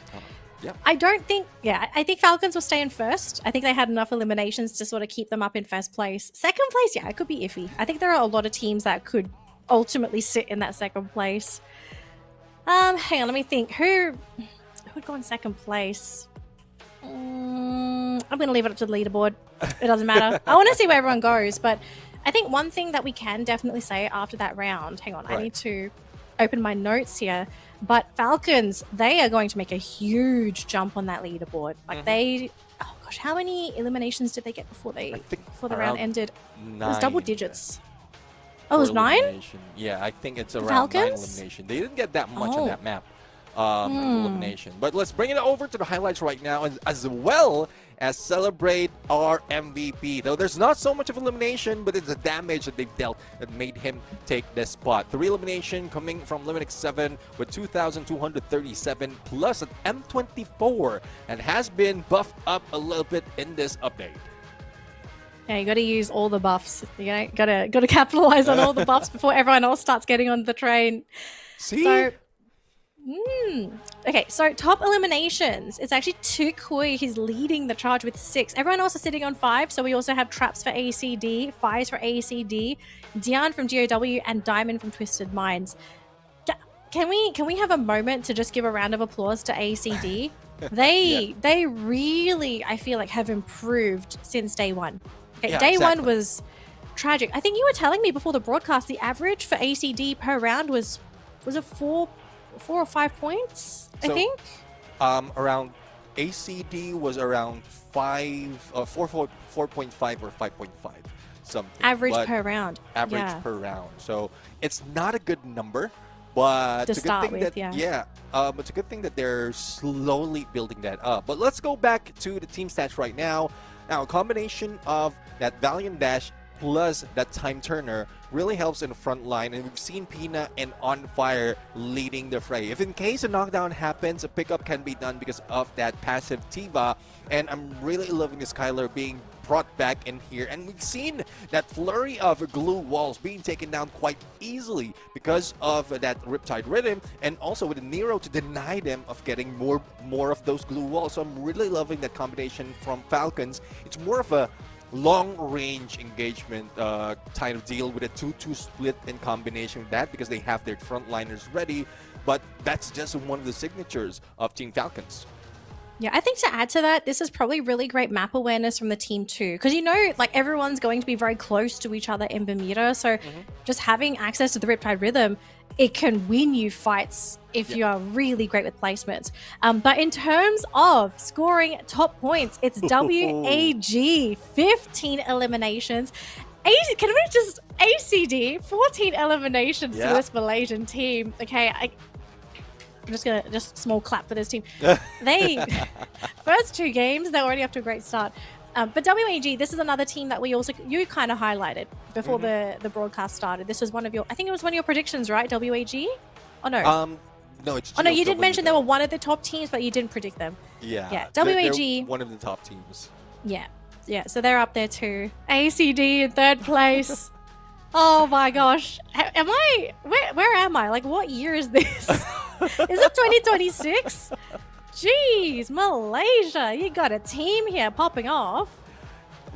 I mean, which we love to see, because there's a lot of hopes that is coming from Malaysian team from the past, but towards this kind of, I would say towards the end, that's where they falter. So hopefully this is not just a at the beginning wherein everyone was warm up, or some other teams Be quiet. Silence, Cretan. You don't jinx Okay, them, okay? You let them bathe in their glory. They earned it at this point. Let's take it in general. Yes. So that there's no specific region or team. But Yeah. there you have it. ACD slowly building up, and now they are the 15th spot, very close to Onyx Olympus as well as Shadow Esports. But again, they still need to get good runs, not necessarily perfect runs, but good runs to be able to get that top 12 by the end of this day. And it's just the beginning, or it's just the end of week 1. We still have another week that will be happening, wherein we will find out who will take the top spot. But again, it's still a little bit of delayed gratification for those who's taking the top spot, because we have a long journey to go, especially with the format that we have. Yeah, it's still very early, so someone might do well now and then they'll kind of drop off later on. It does kind of happen. But yeah, speaking of just updates for the leaderboard as well. So Falcons have crept up into 4th place. So before this, RRQ Kazu was actually occupying 4th place with 131 points. So yeah, they've managed to take in that spot themselves, I think so they are ahead by a single point. So Falcons are doing fantastic. WAG have crept up into 6th place, which previously they were 9th. So WAG, another team to also make a very big jump. Twisted Minds, I was kind of expecting them to actually place higher, but they're in 7th place now. So they actually dropped from 5th. Yeah, I mean, it's tough, really, especially with the performance that we've seen from yesterday. But again, they're one of the teams that hasn't completed all the runs just yet. We're talking about like AG Global, Team Flash, Avida, who's above everyone else. They have completed the 12 matches already for this week. Team Falcons is one of those who sneak themselves into top 4, but they still have a few more, 4 more to be exact. 4 more maps to play, and then they will be followed by RQ Kazu. PE Sports is one of those that would be pushed further down, probably I don't know, past the 12th spot, as everyone from Group A and C is just surrounding them and might be able to move up. Yeah, I mean, Twisted Minds fans, I think after yesterday, you'd be thinking like, all right, let's go. And then all of a sudden, Twisted Minds are like, we haven't started playing yet. Yeah, it's been pretty difficult. So I guess now, Neptune, we've got a reset here for some of these teams, especially anyone that has been struggling in their matches. Meaning we're going to our third match of the day, which is us flying into Purgatory, Neptune. I know you have some of the numbers in front of you here. Who is projected to have the best chance in Purgatory? Well, in terms of numbers, Buriram United is one of those. They have one buoy to their name with 29 elimination, but GOW with no elimination did get a total of 41 points because of the placement. So I'm really looking forward to a different side of the spectrum right now out of these two teams, but they need to survive all those battles because from what we've seen, they tried, but they failed so many times. Yeah, it's been a bit painful to watch. Hopefully they can recover though. It's just game number 3. We still have more games after this. It's just you gotta keep your mental going. If your team is mentally drained after these games already, you are in a lot of trouble. But so far, very clean flight path here. I'm not seeing any hot drops, so it's going to be a little bit of a quieter game at least. You know, nothing too crazy right off the bat. Well, let's see now. I mean, we've seen one player, which is Divaz, who is being gunned or hunted by 2 players from Shadow Esports. And Rin right now does have a weapon in hand. Not only the mini Uzi that you have when a drop, but hopefully you don't get too close because a glimpse of that next second is already being worn by Divaz. And that jump and that shoot might be the ones that really taking him down. But where's backup? Here comes Chilsea, who should not be chilling, especially if you're going against Twisted Mind, but looking at the movement, Divaz couldn't survive. And there goes the first elimination, the first blood in this fight being brought in by Shadow Esports. Yeah, just a little unlucky there, wasn't able to land the shots that they wanted. But it looks like Diamond managed to get a counter knock there at least. So we could be seeing some revenge if they're not able to get the pickup. In the meantime though, we have Jun trying to fight into Demon, Demon wanting to avoid this fight at all costs, going to try and reunite himself with his teammates, but he's on such a steep cliff that he will effectively be falling if he tries to go down. So maybe this could be a bait, you know? He's using himself as a bait. His teammates on the low ground going to be trying to shoot up on that hill. But if they're not able to achieve anything, they're going to lose Demon at this rate because he's pinned. You know, he's literally backs against the cliff. You don't really have anywhere to go. And there goes Demon.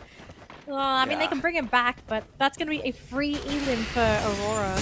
Yeah, that's a risky play right there because running the edge, at some point you will be falling for the wrong person. Sorry. Falling to your death right there. But Evo's Divine right now, currently 0 points for today.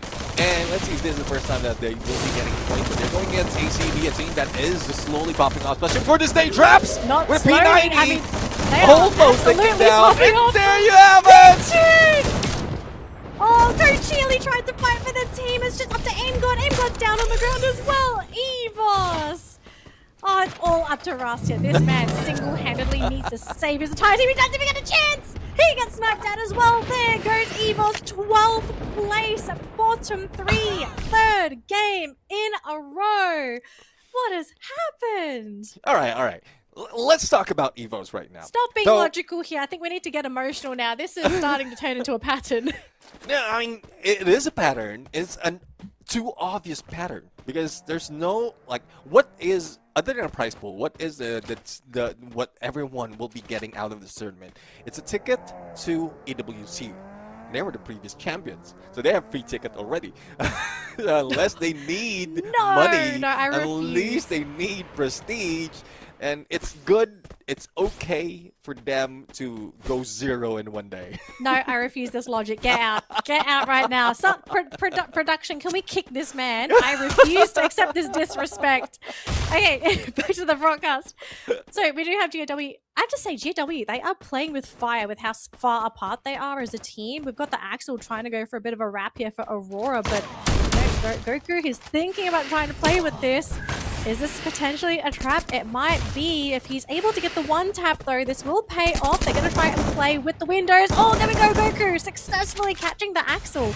So maybe it's going to pay off for GAW. They lose Dian, forcing out the buyback, unfortunately, thanks to Goku. So both teams kind of trading eliminations back and forth here. See, back and forth. WAG going against Buriram United. WAG is one of the top eliminators from the previous map. And Buriram United is one of the top eliminators from the past. And let's see if this is a way they bring themselves back on the board. And there goes that Valiant Dash. I don't know if he did use the Valiant Dash, but you can see Gurem United has been forced out. And Nan right now. Will he be able to survive? There goes the shot from Wasana with a 590 and gets high right now. Gets on a takedown T-Kui. WAG with 2 players remaining. Let's see if they can survive this. PLS1 says, please, let me survive. Literally said sayonara. Did you see, please, when he like he hit the accelerator? He was like, guys, I'm out of here. There's no way we win this. That was 3 eliminations to Buriram as well, so that's going to really elevate Buriram's play coming into this game. GOW though, it's Demon versus Jun. Winner of this is going to help their team, and it looks like it's going to be GOW to win this, so they'll be able to pick up their teammates and knock out some eliminations here as well. So GOW, a team that looked like they were on the brink of elimination earlier in the round, they're back. They are fully back. Oh, well, speaking of back, the Booyah Takers from earlier is now taking down Shadow Esports. And Chelsea, who was probably attempting to get back with the group, will now back away with a boost as well as a vehicle. I think he can revive the teammates. But they can use that revive platform if they want to save up a little bit of coins, but it might take a little bit of time, and that is one thing that they don't have. For Buriram United, only 4 elimination. At this point, 6-minute mark, we still have 11 teams remaining though, so there's more chances for Buriram United to probably wipe out another squad. But who's on the roam? It's Team Falcons who saw Ali instant knockdown from Limit 7. That was so satisfying. That was such a satisfying snipe. Dang, I love watching this team sometimes. And Falcons, they're onto their next victim traps. There's going to be the one shot. Not going to be a one tap though, but you know Falcons, they're going after this. They want traps. They want that elimination. They are after blood. Oh man, Carrera. Unfortunately, missing out on his driving skills. Might need to renew his driver's license, but we can get to that after today's playstyle. I don't know. Maybe the brake didn't work and he needs a treat to stop. No. just use the treat. Guys, we got to stop. Bang. Let's see a 3-way battle happening. WAG, GOW, and Buriram United right now. And the edge of the circle as the blue closes in. WAG goes for a long flank, trying to avoid any gunshots. And I do agree with this. They lost Wang M, so they don't have the numbers advantage. But I don't know where they are heading. Will they be like? Will they be going in north or south? Just to get away from Buriram United or GOW, but GOW, after being tagged with that binoculars, they need to move out because Buriram United is breaking the walls. Yeah, this is Buriram as well. This is not a team you want to run into at all. There goes Death, taken out by Wasana. Goku's going to be the next one to fall as well. So GOW, a team that was kind of on the run, not running away, but running through teams. They were doing pretty good, but now cut down will be weakened yet again. Jonah though gonna have to try and engage into this. Oh, but the glue walls will save him. Moshi getting the snipe onto Nan, helping out Jonah, leaving Tukui all on his own. I think there's one more player, so we still have 2 players for WAG. They will be able to at least try to come back with the revives, but with Buriram on your tail, that is quite risky. We'll see if they can revive. The only problem is it's quite late in the game, so they're going to be coming into this kind of mid to late game quite weakened. Hell and see though. I mean, there's, from what we're seeing, there's still plenty of real estate to work with. And even Aurora, the same idea of reviving one of their teammates, but the chase is on. It is Get High, and I believe it's Wasana as well that's joining him. He's waiting for any signs of life, but WAG is smart enough to head outside of the circle. And that was a question we have earlier before that engagement happened. Where are you heading? Because it seems like they are even undecided. Oh my, look at this man. But PLS the edge of the world. A little bit Spider-Man action. Spider-Man, he's in no man's land, okay? Oh no, but I'm scared he may have been noticed. Oh, maybe it's because of GOW. They saw him because of GOW! Police One is running. This man's heart is racing. He is trying to escape for WAG. Police One. Literally on the edge of the world right now. And Alif, he's like, guys, there's someone here. He's got to get a one tap. He needs to get a one tap. That's a free elimination right there. This man is trapped. Let's see. I mean, Traps is on the other side, though. The other team. PLS1 with only sliver of health. Trying to survive. I think that glue wall even saved him. This is I think so literally too. a cliffhanger. And there you have it, the takedown. But they're not out just yet. They're still alive, not eliminated. So WAG made a miracle after that run. I think it was because they dealt a split. The team, I think they went for an absolute split. One went right, one went left. So whoever went left was not right. One person left that's still alive. Please one did get brought back though, so he's going to be able to at least slowly help the team get back on their feet. But it's still a long road for WAG to really leave any kind of impact in this particular game. And considering that the circle has been decided as well, there's not going to be a lot of room for them to work with. Like, you can't really play outside the circle anymore. Once this comes in, we're kind of locked and loaded for the rest of the round.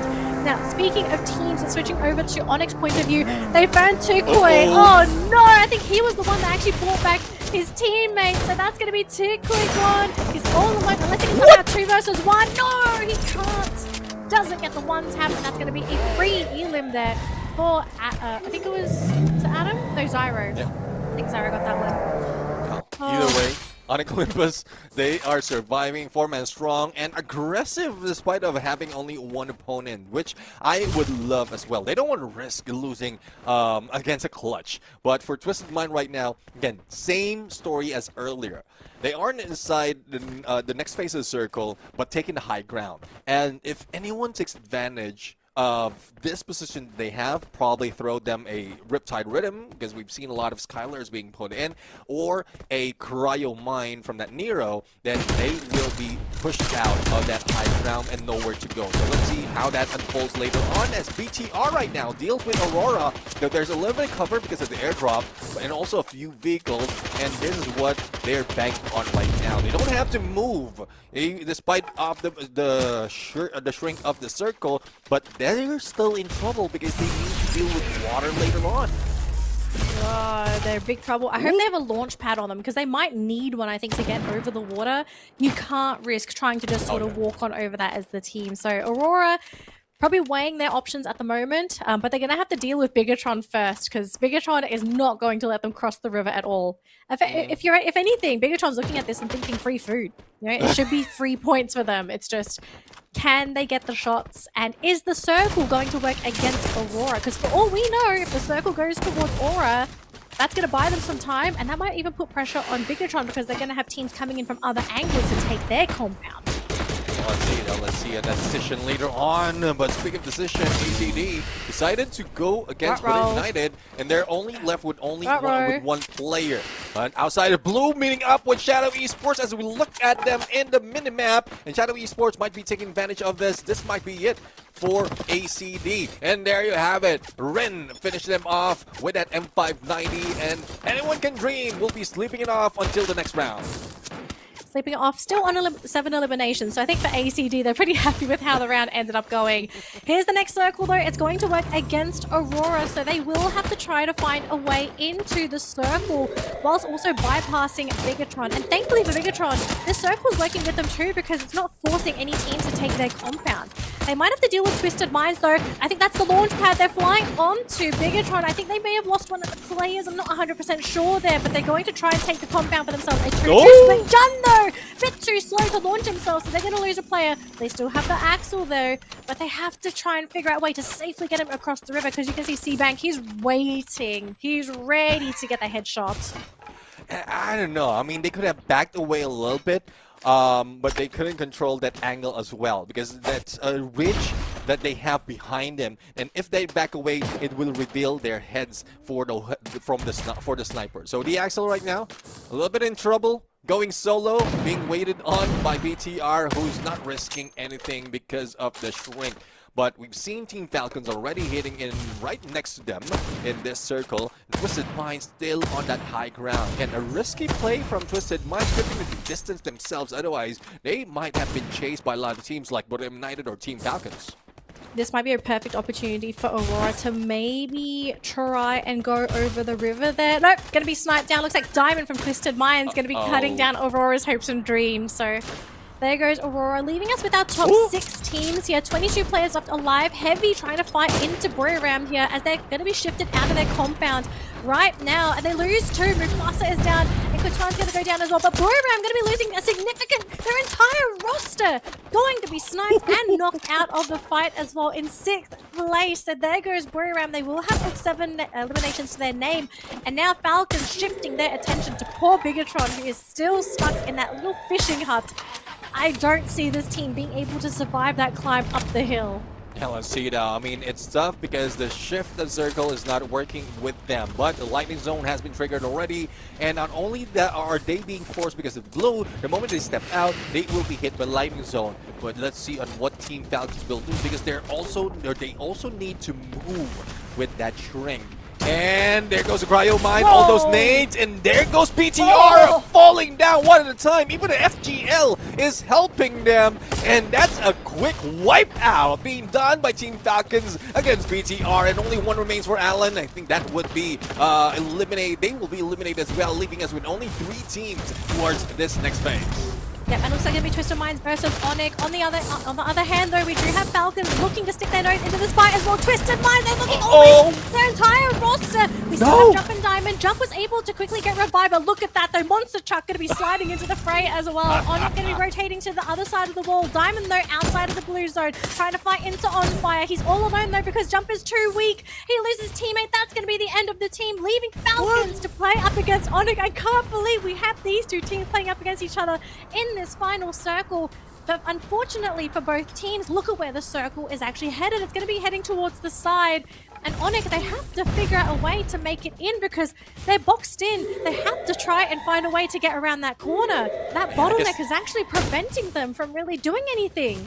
Yeah, they're playing with time right now. Either Team There we Falcons go, push Adam. in or they move out, but all the slurry of utilities, even Riptide Rhythm helped them, and Onyx Olympus being wrecked right now by Team Falcons, who's very close to get another booyah. The final player might be able to clutch this, but is there enough time? Does he have enough HP and meds to heal himself for that 1v2? But here comes the shift. Both sides being covered, and Adam has nowhere to go.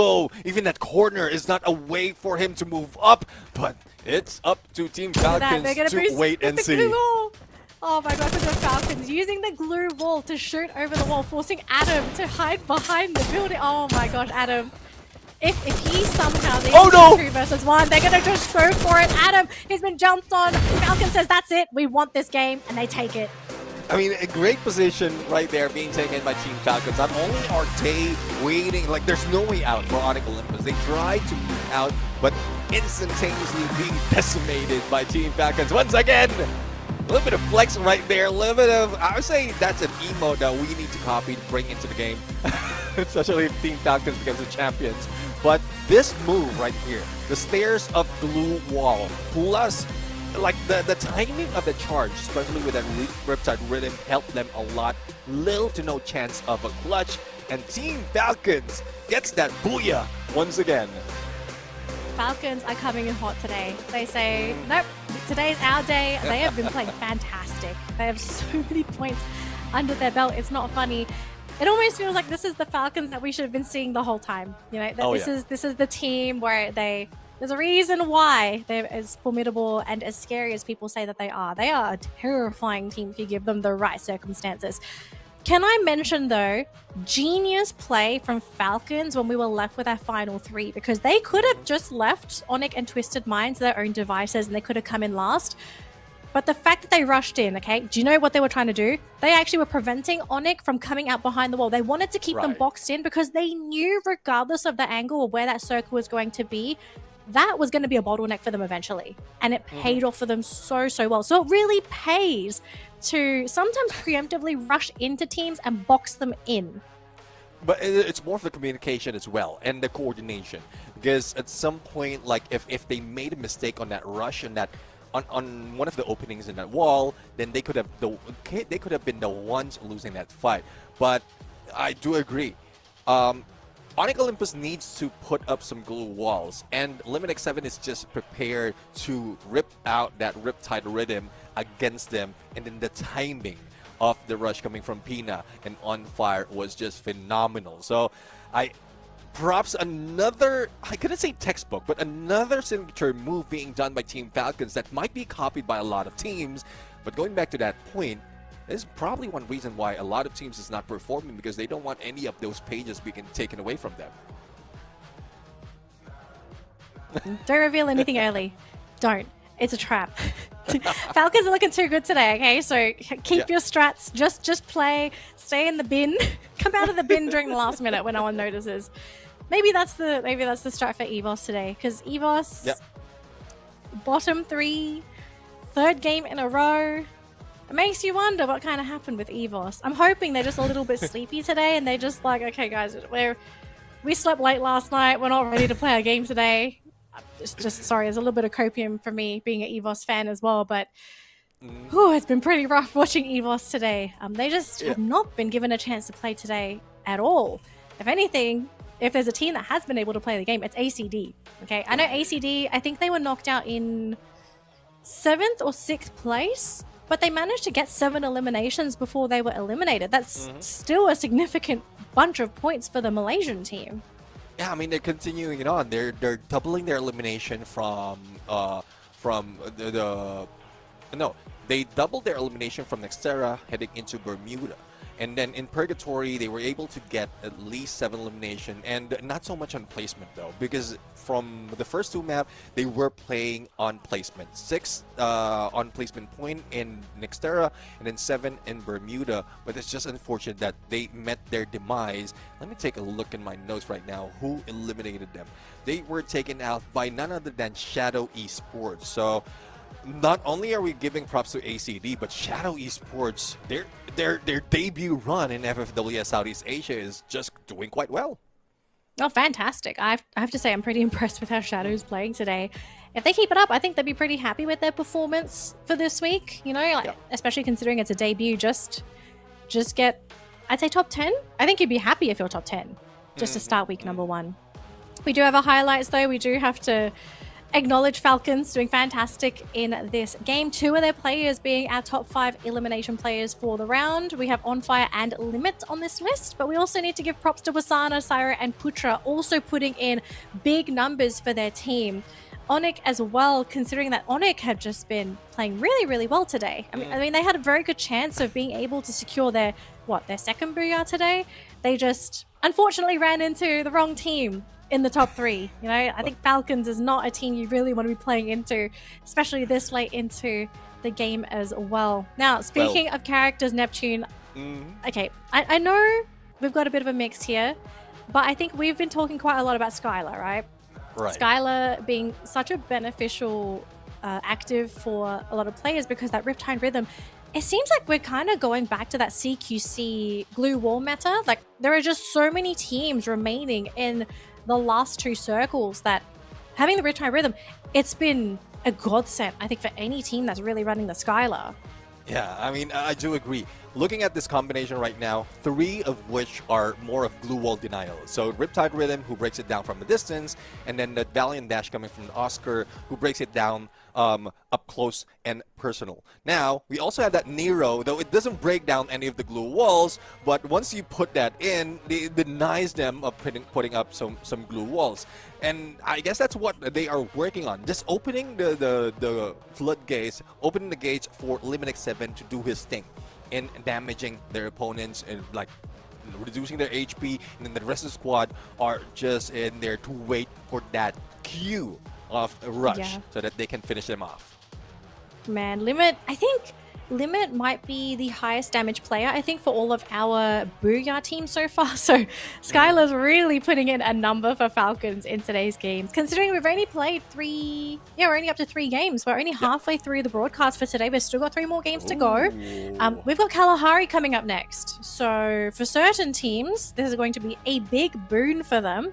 But quick update for our point standings for the round. Falcons going to be ending this round with 28 points with 16 eliminations. But look at Onyx also getting 16 eliminations and getting 25 points for the round. So very top heavy in terms of teams locking in those eliminations. I'm really loving this performance coming from Onyx Olympus. They got a lot of points, and it's only that placement that showed the difference. And this might be another rise of Onyx Olympus right here, though they are playing it a little bit too quiet, not so much of I mean, not so much of flashy moves in terms of elimination of team, but they're making sure that they confirm it after each knockdown. So let's take a look now of today's standing, and Onyx Olympus just pushed themselves in there following Team Falcon. So if there's a chance that they can eliminate Team Falcons, or any other team can eliminate Team Falcons, they can take over reigns right now on that team of the day. Because as you did mention, we still have 3 maps incoming, and we're talking about Kalahari, Solara, and a surprise map. I don't know if anyone's in a position to take down Falcons. I do think the gap is getting a little big, because not only do you need to score more points than Falcons, I think you also need to remember that for anyone to overtake Falcons, you have to kind of slow them down in the next upcoming rounds. I think Falcons have just been playing too good today.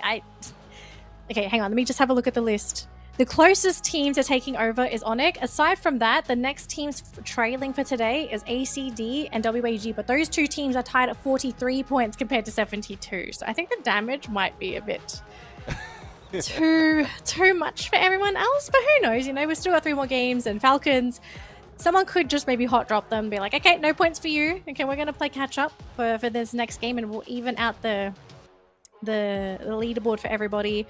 But yeah, Falcons creeping up to 2nd place already, and we still have 3 more games to go. I mean, they are on track to take 1st place away from AG, and that already itself is a very big statement. So yeah, Falcons, they're farming eliminations today. Can anyone stop them?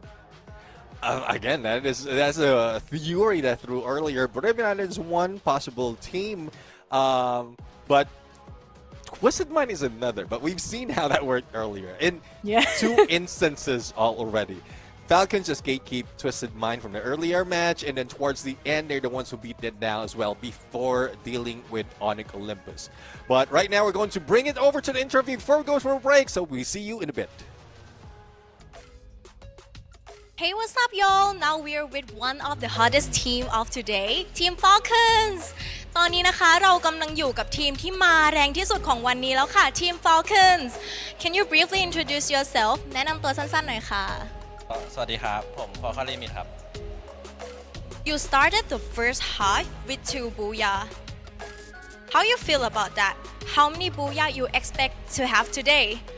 ตอนนี้เริ่มเกมแรกเริ่มครึ่งแรกมาเนี่ยได้ไป2บูย่าแล้วอยากได้อีกกี่บูย่าคะก็พอแล้วดีกว่าครับให้ทีมอื่นด้วยครับทีมไทยทีมอื่นครับเห็นโม้ไว้เยอะครับตอนก่อนแข่งก็ไม่เห็นได้สักทีมนะครับบูย่า He thinks that enough for his team. He will share booyah with another team. And how you feel about that? รู้สึกยังไงบ้างคะกับการได้บูย่ามาตั้งแต่เริ่มเกมเลยก็รู้สึกดีใจครับเพราะว่าผลการซ้อมไม่ค่อยดีครับแต่ว่าในผลการแข่งก็ดีถือว่าดีครับก็ชื่นใจ He was really happy about the result because during the practice they didn't do a good job that time. And the next question, you guys are now ranked first in today's scoreboard. Does that boost your confidence? ตอนนี้เนี่ยในสกอร์บอร์ดของวันนี้ได้เป็นอันดับ 1เลยทำให้มั่นใจขึ้นไหมคะก็มั่นใจครับมั่นใจมากเพราะว่าตอนแรกตั้งเป้าว่าอยากได้วันละ80ครับตอนนี้ก็อยากให้ที่1แล้วกันคะแนนรวมทั้งหมดที่1 We're really confident for now, and we wish that at the end of the game we will still rank first.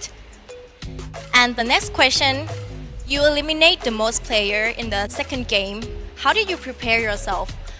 ตอนเกม2เนี่ย eliminate ได้มากสุดเลยเตรียมตัวมายังไงบ้างคะก็ไม่ได้เตรียมตัวอะไรนะครับก็ใช้ชีวิตประจำวันเหมือนเดิมครับก็ทำยังไงก็ทำอย่างนั้นครับ He didn't really prepare himself because he's always been this good. And the last question, what do you want to tell the fans? มีอะไรอยากฝากบอกแฟนๆ hashtag ท้ายอากงไหมคะก็ฝากเชียร์ฟอลคอนต่อไปด้วยครับผมจะเอาที่1มาให้ได้ครับ Keep cheering for Falcons. We will bring the victory for sure. Now let's get back to the break. พักกันสักครู่นะคะ We will be right back in 4th game. เดี๋ยวเจอกันเกม 4 ค่ะ บ๊ายบาย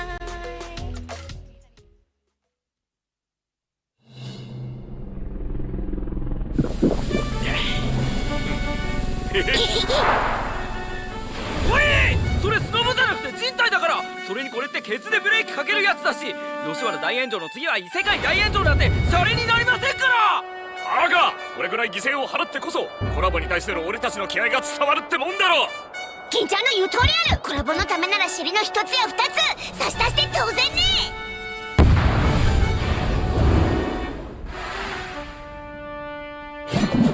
ゲームは終わりだ。皆さん、それって銃？逃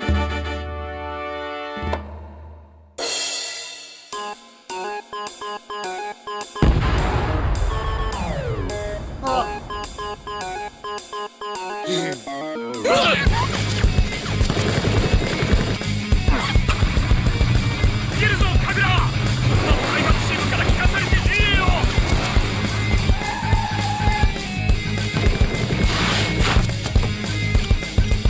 しつこい男は嫌いやろ。アー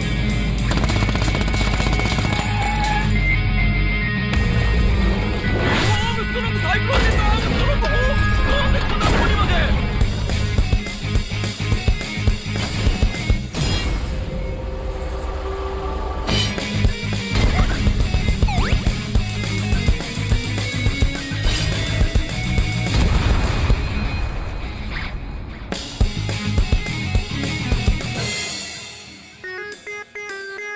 話でやってくんねえかサダール。そいつは新橋じゃねえんだ。僕なら噛まれてもいいってことですか？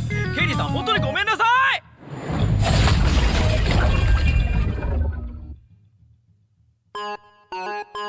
さて行き先は？ってもしかして僕またメガネだけになってない？ Missing logins dim the flames, and staying away too long makes Pyro inactive.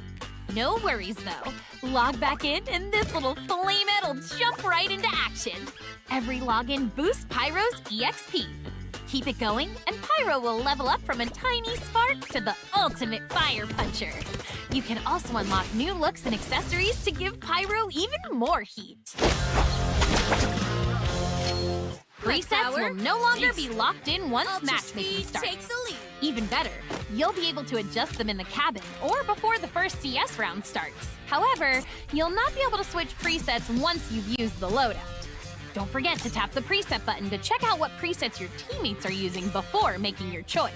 In-match quick messages are now smarter and will suggest messages based on what's happening on the battlefield. Tap on the message to send it out to teammates. Some messages will even auto-mark enemies on the mini-map for you. See a player with impressive stats at the end of a match? You can now invite them to your team right from the match results page. Team invites are also smoother. If you accept a booking request while you're in a match, you'll join your friend's team as soon as your current match ends, so you'll never miss an invite again. We can't wait for you to try out the improved filter system and new themed filters like Cyberpunk and Golden Era. Looking for a smoother gaming experience? Try out the new frame rate boost feature. If your frame rate is set to high or above, open settings and enable this feature to enjoy crisper, smoother gameplay. If you love the competitive vibe, the new CS custom room updates are for you. Now you can choose a specific map area for each round to get targeted practice. What's more, play and win like a pro with the new ban and pick mode, complete with the new ban and pick feature, an esports styled CS store, and gameplay rules. And that's it for today. See you next time, survivors!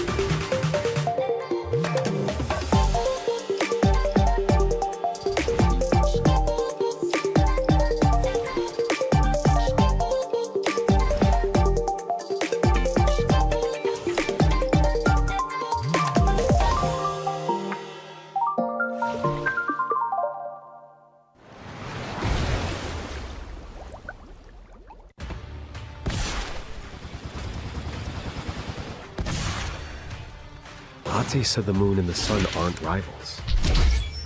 I still believe in that.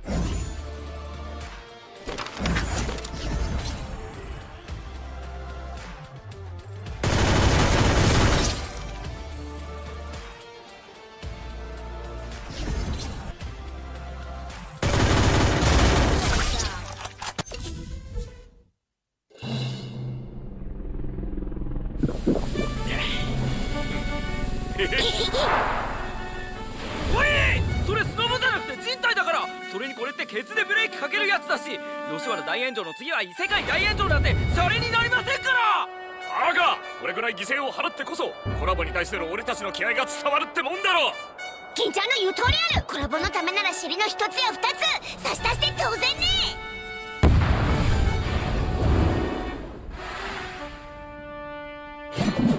ゲームは終わりだ。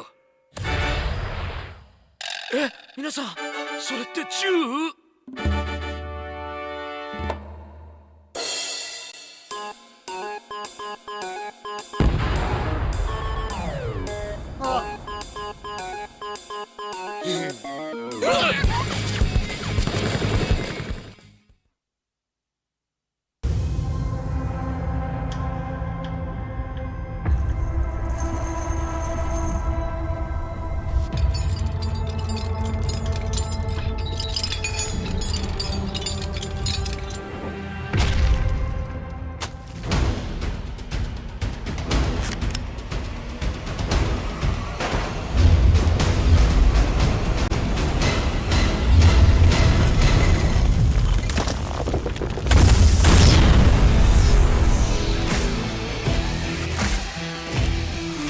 ？Ladies and gentlemen, welcome back to the show. This is the Free Fire World Series Southeast Asia 2026 Spring, and we're down to our final 3 matches. And so far, a lot of teams has been popping off, but those who we expect to be popping off, especially in this final day of the week, has yet to be seen. On the desk, I'm Neptune the Gentleman Garcia, joined by my sister right here, Danielle. Sister! Whoa, we're siblings? I did not know this. We need to take a blood test. Ancestry test, excuse me. It's probably the proper one. But you're not wrong, though. We're starting to just kind of see who are our top dogs on the leaderboard overall, because leading into today's matches, it was only teams in Group B that locked in all of their points. So they were kind of at a head start, as some people would say. So it's really everyone else today playing catch up here. And right now, we are looking at Falcons, projected to be the top team for week 1. They have still got 3 more games to go, and I think they are about 20 points away from taking first place away from AG Global. So that's such a small gap between these two teams. And right now, nobody has really been able to compete against Falcons today. We've got Boyram in the group, we've got Twisted Minds in the group, we even have EVOS in the group. And these teams are all struggling. So far, nobody has had a solution for this team.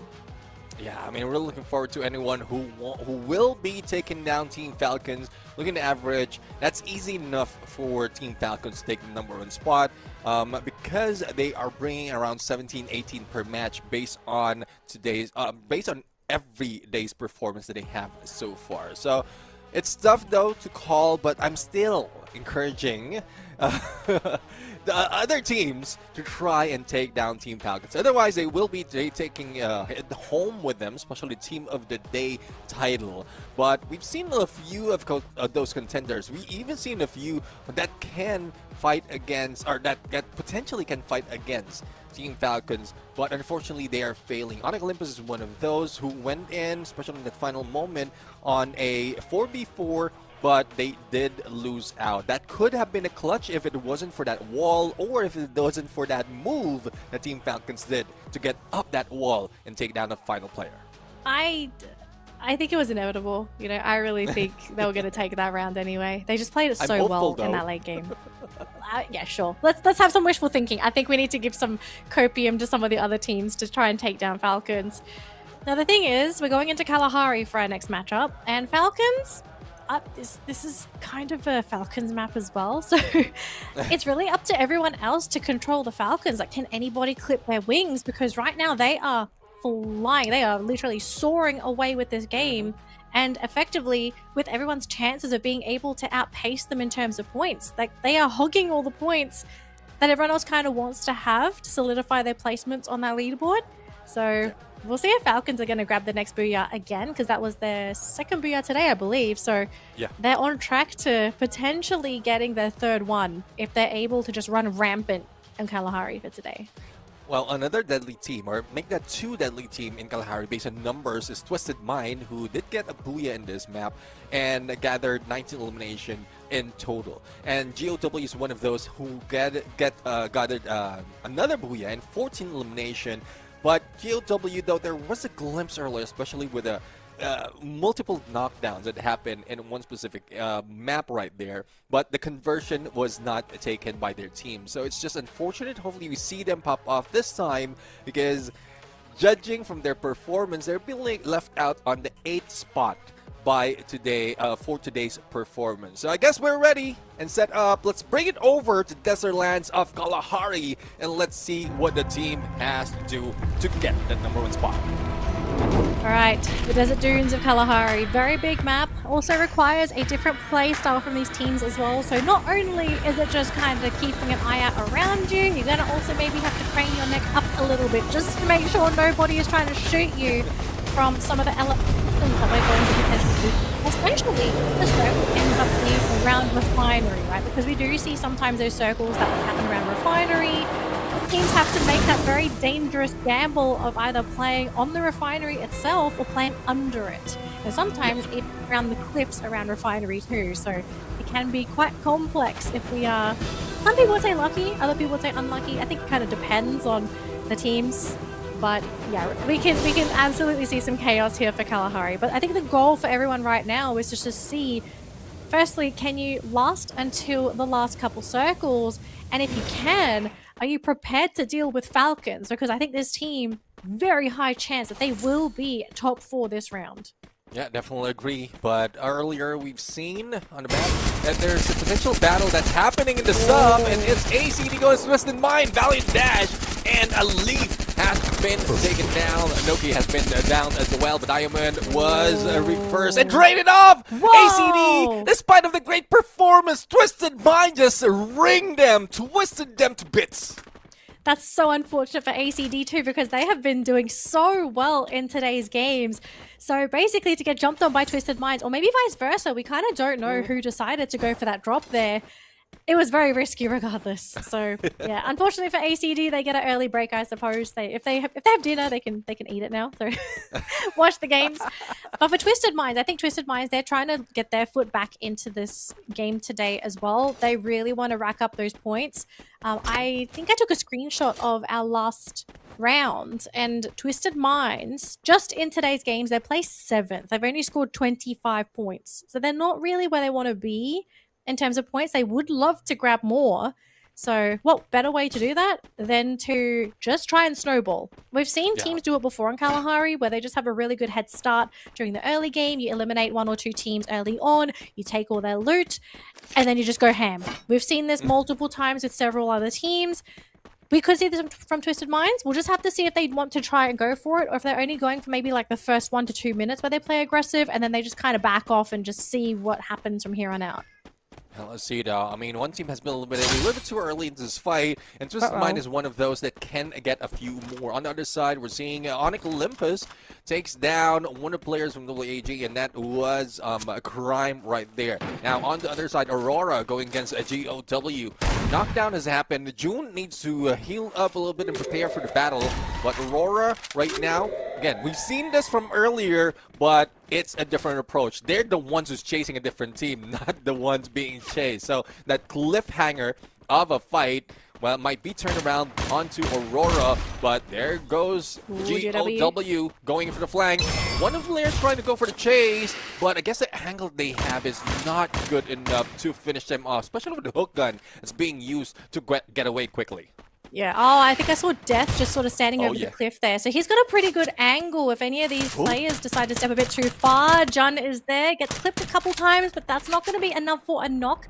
Dian did get knocked over, but thankfully he's got teammates nearby to pick him up again. So GOW with the aggressive play, unfortunately not successful, but at the same time also revealing their position to Bigatron, who's actually come on down, and they're right next to Death. Death potentially could be knocked here if he's in a very uncomfortable spot. but looks like Bigatron are going to play defensive themselves. And Bigatron launching themselves towards GOW. Demon going to be there to help out Death, but looks like Death has been caught anyway. Deeks is looking to try and finish them off. And oh no, GOW being feasted upon by Bigatron.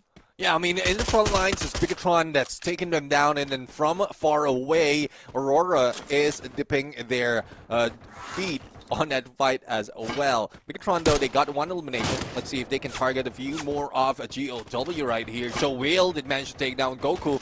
There's only one left, I believe, out of a GOW, and Goku has been confirmed. Now, we saw June and Dix right now jumping in against June. Missed that ledge, but another one follows through. And let's see if he can survive that fight. June almost taken down, but Koja says, no, you won't be surviving this fight, bringing their team to getting that third elimination. Third elimination for Bigatron, also crippling Aurora's early game as well. So as good as Aurora looked, going to be cut down a notch for just a moment. We've got to change over to EVOS's point of view. This team has absolutely struggled today. Bottom 3 in their first 3 games. If there's a time to come back, now is the time to do so, because if they don't start picking up points here, they're going to be sitting dangerously low on that leaderboard. And they're going to have to put their finger out if they want to make any sort of comeback happen. Not to say that they're at risk of elimination yet, of course, but I think from a morale standpoint, I do think at some point, let's say they're playing extra slow, this is a conscious choice by the team, I do think you kind of need to, you know, try and take it seriously for a couple games, just to kind of, you know, remind yourselves that, hey, we're actually a good team. We're not being eliminated, you know, for a reason. So, it's a Heavy going to be jumped on here by Aurora. Aurora playing on that low ground. Heavy's going to stay up here for now. The thing is, though, who wants to try and make the play happen? Looks like a jump down there from Heavy, catching out Jun on the low ground. We still have Azriel here, but I think Azriel 3 versus 1, not an ideal situation to be in at all. Thankfully, Glue Wall's going to be there to keep him alive for a smidge longer. But for how much longer can they stay alive for? Once this Glue Wall breaks, they're going back onto the high ground, and Heavy searching for Aurora, wanting those eliminations. There's Azriel, a little bit too late to hook that up onto that top side. He's going to be taken out, and Aurora pinned into a really tough position. They will be able to send one player off, but at what cost? It's going to be at the cost of one of their teammates. Oh boy, there goes Azriel and Aurora. They are off to not the best start. Yeah, I mean, I'm loving the movement come from Alan right there. Hook gun plus M590. Before that jump, he managed to tag off the opponent from Aurora, and then trying to get away with a hook gun as well. He just swinging, and Aurora is not in a good spot right now. Another one has been taken down, but I guess a revive has been done as well, but GOW was waiting for them in Shrines. As we are going to see where the shift of the circle on the second phase would be, GOW is getting in position, but as we look into Heavy right now, a little bit too close on Bigatron, will they be able to spot them out, or will this be another waiting game? Because 30 seconds before the next phase of circle shrinks, or this phase of circle shrinks, they can stay for a bit and probably wait for the next phase to show up. I think we're going to play it patiently here, Neptune. I think everyone's on edge now because they're starting to realize the threat of some of these teams in the map, so they're just like, guys, stop. Stop, there's enough space for everybody. We can all coexist for the next 5 minutes. Just don't do anything too dangerous. And the thing is, Shadow Esports, they're going to take a risk themselves to try and loot up for the team, but they did expose themselves to Heavy, and I'm pretty sure they're well aware that someone's ready to jump onto them. But are they ready to see this team come out from under a bridge? Because I don't think anybody wants to be seeing a bunch of trolls bum rushing them from under the bridge. And here we go, Heavy rushing into Shadow Esports. I hope Shadow's ready for this, because Don't Cry is going to be coming at them from the top. Well, Shadow Esports, last time we saw them in Kalahari, didn't do quite well in terms of placement, but 7 on elimination. Right now, good chance for them to take down players from Heavy. Steffi has been used, they will not be naded. Blue wall melters, everything being thrown at them, including the kitchen sink, but they are not phased. Smart move from Shadow Esports, being in that active skill, especially in quite a tight space, just like this. But not only is Heavy the ones putting in pressure on them, here comes BTR, Dix on one side, the rest of BTR on the other, but they need to be cautious as well, because I saw a glimpse of Twisted Mind, but here comes Heavy taking down a couple of players from Shadow. And Bigatron really just pushing out Shadow Esports from their compound, making it so much harder for them. We still have Quan there with his teammate, gonna go for the pickup, but I don't know what. There's not really much they can really do here. They're stuck in this tiny compound. They have to worry about these grenades, and with 4 people there, like, they will obviously want to just rush in and grab these final eliminations for themselves. More points on the board here for Heavy, and eliminating Shadow Esports' chances of coming back in the round. Alright, well, let's see. The slowdown. GW has been taken down, and I guess with that revive, it is Onyx Olympus just waiting for them to drop in. Now Twisted Mind, after BTR left the area, as they lost 3 of their players, they will be taking over the range, probably beating down on Heavy, but great fortification being done by Heavy right now. Just make sure that Twisted Mind will not be pushing through. But a quick revive being done by Bigatron, bring a couple of their players. They still have 1 more missing, and there's still time to spare. Twisted Mind, though, hopefully they're not too aggressive, because in the horizon we're seeing Team Falcons who might be shooting them down, especially as they take that rooftop. Yeah, they actually abandoned the rooftop, so I think great play here for Twisted. I don't think they realized Falcons are there, so they just made the right play in general. But our 2 elimination leaders, Twisted Minds and Heavy, ready to engage. The thing is, who wants to make that first move? You can see Twisted Minds trying to flush out Heavy, whereas for Heavy, they're pinned into the corner. So far, nothing is connecting, so essentially Twisted Minds are kind of wasting their resources until they decide to make that rush happen. And Diamond staying on the low ground, and Heavy still holding on to this high ground. And here we go, Diamond tried to go in, immediately hitting the deck. We just have the Bast here. They at least managed to get 1. Can they get any more though? The jump's gonna be knocked onto the ground as well. And the Bast is there, clearing out the entire 2nd floor. That's going to be Aurora going down as well. 2 teams at the exact same time. But also, Twisted Minds with those 4 eliminations, bumping themselves up to 14 eliminations, 10 minutes into the round. Let's see now on how they're going to survive right now, because there's a no vending machine quite near to them. I think another one's being guarded by a different team. We're united on this side, just watching what was happening on that area where Twisted Minds beating Heavy down. Confinement, though, is another spot where Team Falcons is taking their time, their sweet time. 0 elimination and still in great position to get into the final circle. BTR, though, despite of all the pressure, they did manage to revive their teammates. A little bit of a challenge is happening as well, as one of the teammates almost gunned down, almost knocked out. But here comes Onyx Olympus going for the jump in Bayfront after bringing that binoculars. Another team in trouble is WAG, as Evos finally decides to show up. Finally decided to show up. They have 1 elimination to their name. They have been very quiet, and this time it's going to be maybe paying off as long as they don't lose anybody here. They've gone for a 2-2 split, okay? This is very dangerous, and WAG just going to absolutely rush into the compound. And Ray hitting the deck right off the bat. So already 3 versus 4 situation. This is not what Evos had anticipated, and Russia's not even with the team. If Coachil and AimGod get sniped here, that's going to leave Russia to be the lone survivor to try and bring this team back into the game.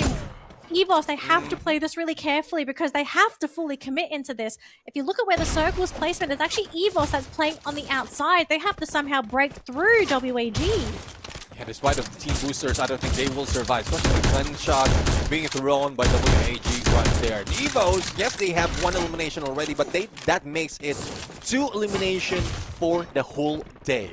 So I don't know what is the plan of Evos right now, but the revive has been done by Razia, and Razia is backing away. Coachil and AimGod was left behind because WAG has their eyes on them. But Onyx. Launchpad? Onyx is coming. Revive. Onyx Olympus coming in from the left-hand side, and WAG with all this noise. Let's see if they're the ones being targeted by Onyx, because there's a hit list that has been put in against Onyx.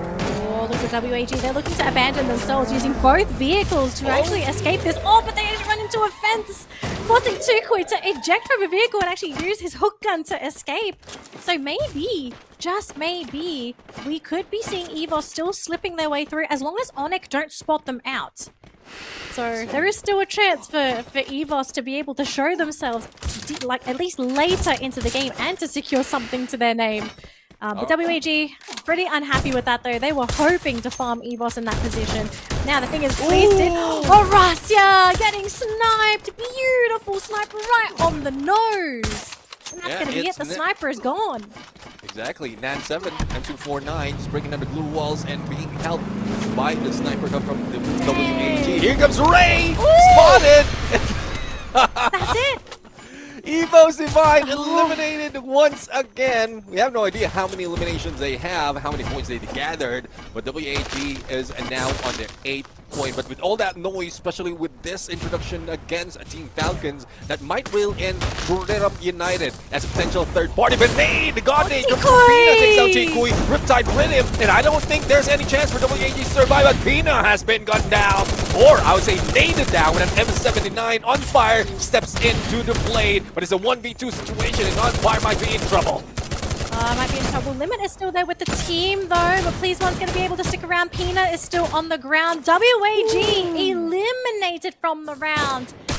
Oh boy, Falcons are in trouble as well. Look at Moshi. Oh, I guess the snipe Limit. Thanks to Get High, going to be able to get the secure. And there goes On Fire as well.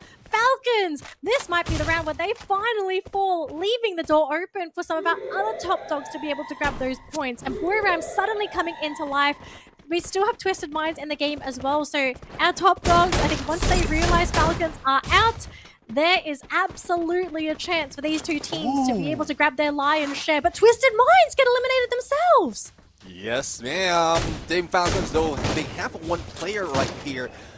I don't think there's any surviving. Wasana takes down Kiroro. Now it's a 4v4 B4 situation between two Indonesian team and Bureram United. Let's see if BTR can push themselves onto that compound, because the pressure coming from Bureram United might be a little too slow. But their focus right now is on Onyx Olympus. So this is the timing that they are looking for. Lightning Zone has been triggered as well, forcing everyone out in the open to get in a compound. But will they be able to make it? Bureram United still on point with BTR in between them. Who goes down first? We'll have to find out. You can see what Onyx is trying to do. They're trying to remove themselves from the other two teams to kind of force Bigatron to maybe engage into Bureram instead. So unfortunately for Bigatron, they're sort of playing piggy in the middle now. They have to decide, like, okay, who do we go after? The thing is, they lose Koja, unfortunately, thanks to a grenade by Jonah. Bigatron, they're running out of time and they're running out of glue walls. They have to make a decision, but I think the decision came too late. They're being sniped down. Zyro catching out two, another one to fall. And it's leaving Deeks all on his own for the team. And look at that, Bureram looking to make the wrap around themselves. They're probably going to look up, they're looking to take out Deeks. Oh, but the snipe, Get High, hitting the floor. Let's see, Get High is already on the floor right now. The quick look at pickup has been done. Dex right now is just waiting for the opportunity to get away. Stuck between a rock and a lot of glue walls. There goes the Cryo Mine. His position has been resealed, but Onyx Olympus is saving him from the clutches of Bureram United. Ring around the Rosie once again, and Onyx might be caught off guard. Crime almost being taken out.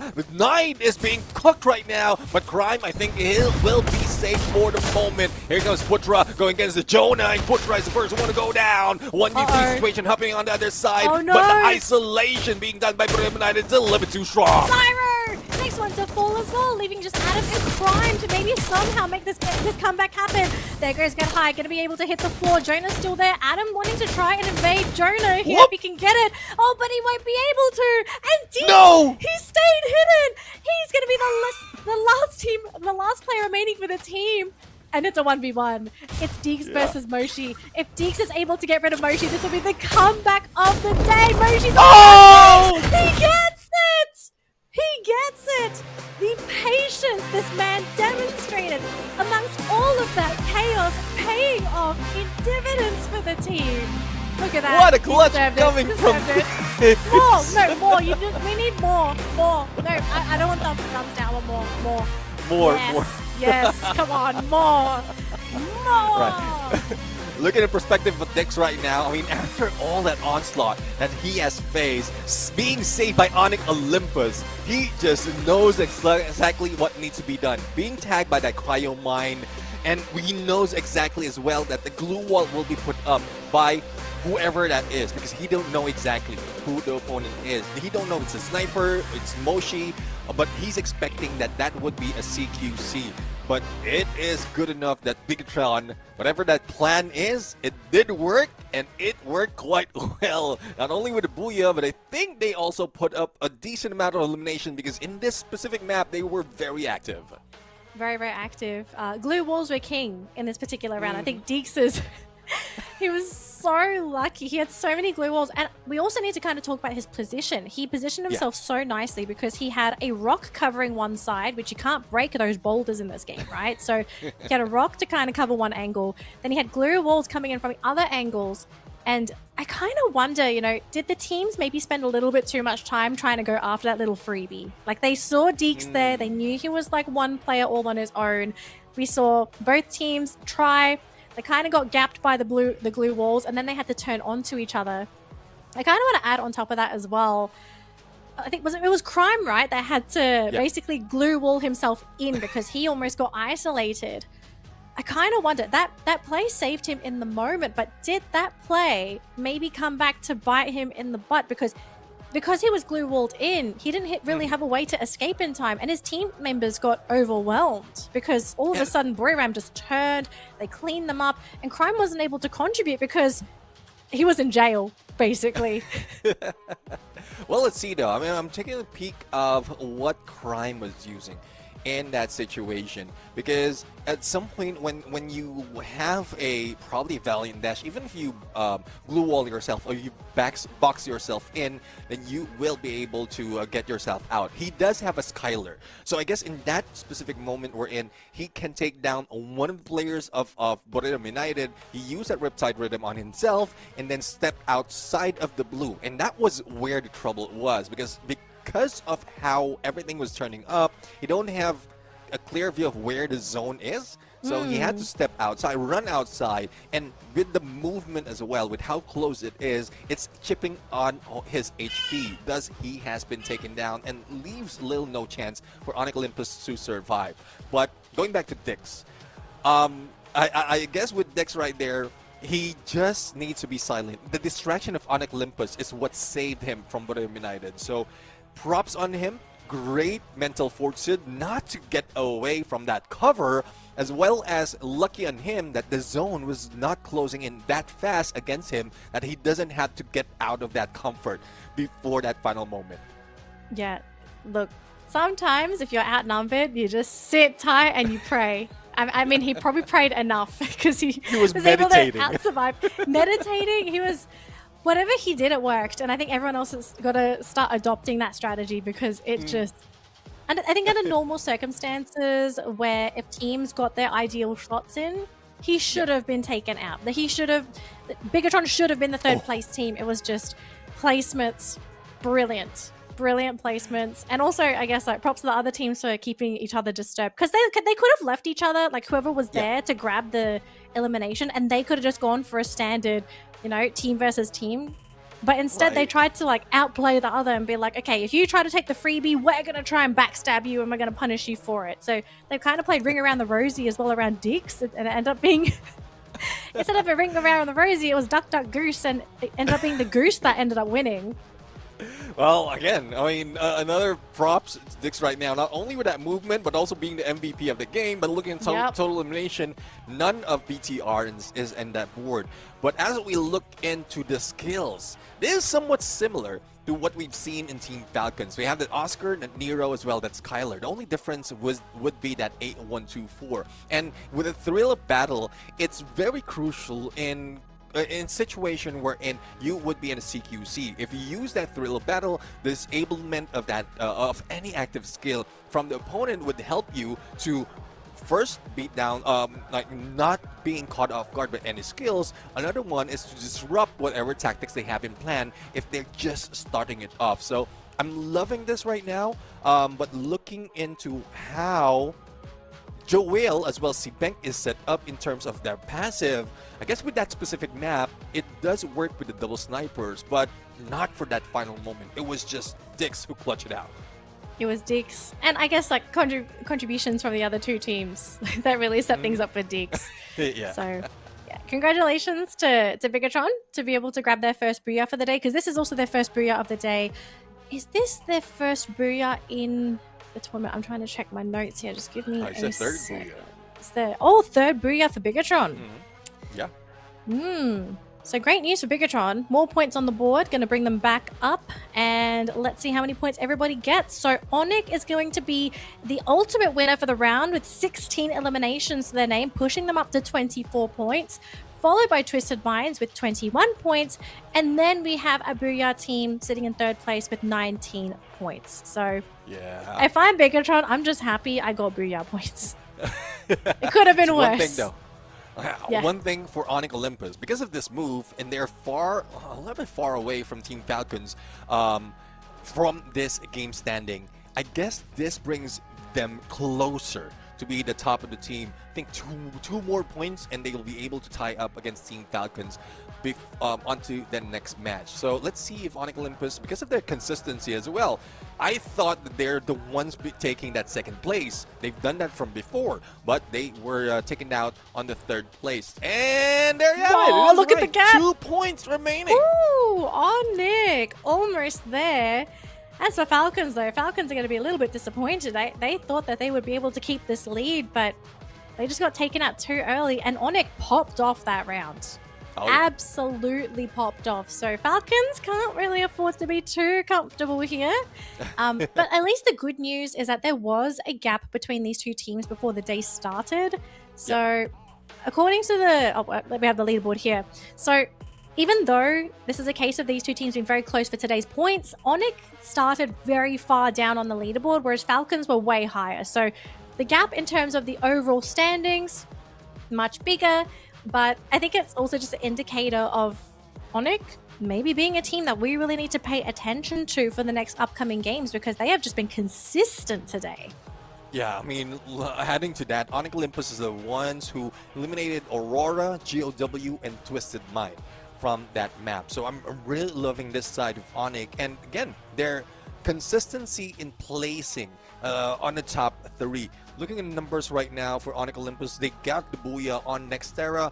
They were taken out a little bit early in Bermuda though, but Purgatory second place and third place in Kalahari is a good move, and that's not just a soft placement. They also add in a little bit more of elimination, thus they are inching to overtake Team Falcons for the end of the day. Well, let's see if they're able to do that, because I think the Falcons, after that round, going to be feeling a little bit salty, maybe a little bit motivated to really put their finger out for these last 2 matches, because, yeah, it's Solara next, right? Yeah. So Solara is going to be our next matchup, and after that we have the random map. So if Falcons don't do well on Solara, our upcoming map, they might have to pray for game number 6 and pray that it's going to be a map that is favorable to them. But let's see how they fare on Solara if they're able to create that gap.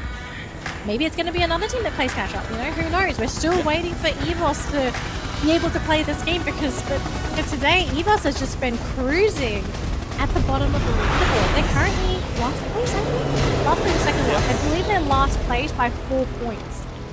So they are last place, and yes, they're down by 4 or 5 points in Mountain Esports. So let's see if there's a time that they will be stepping up.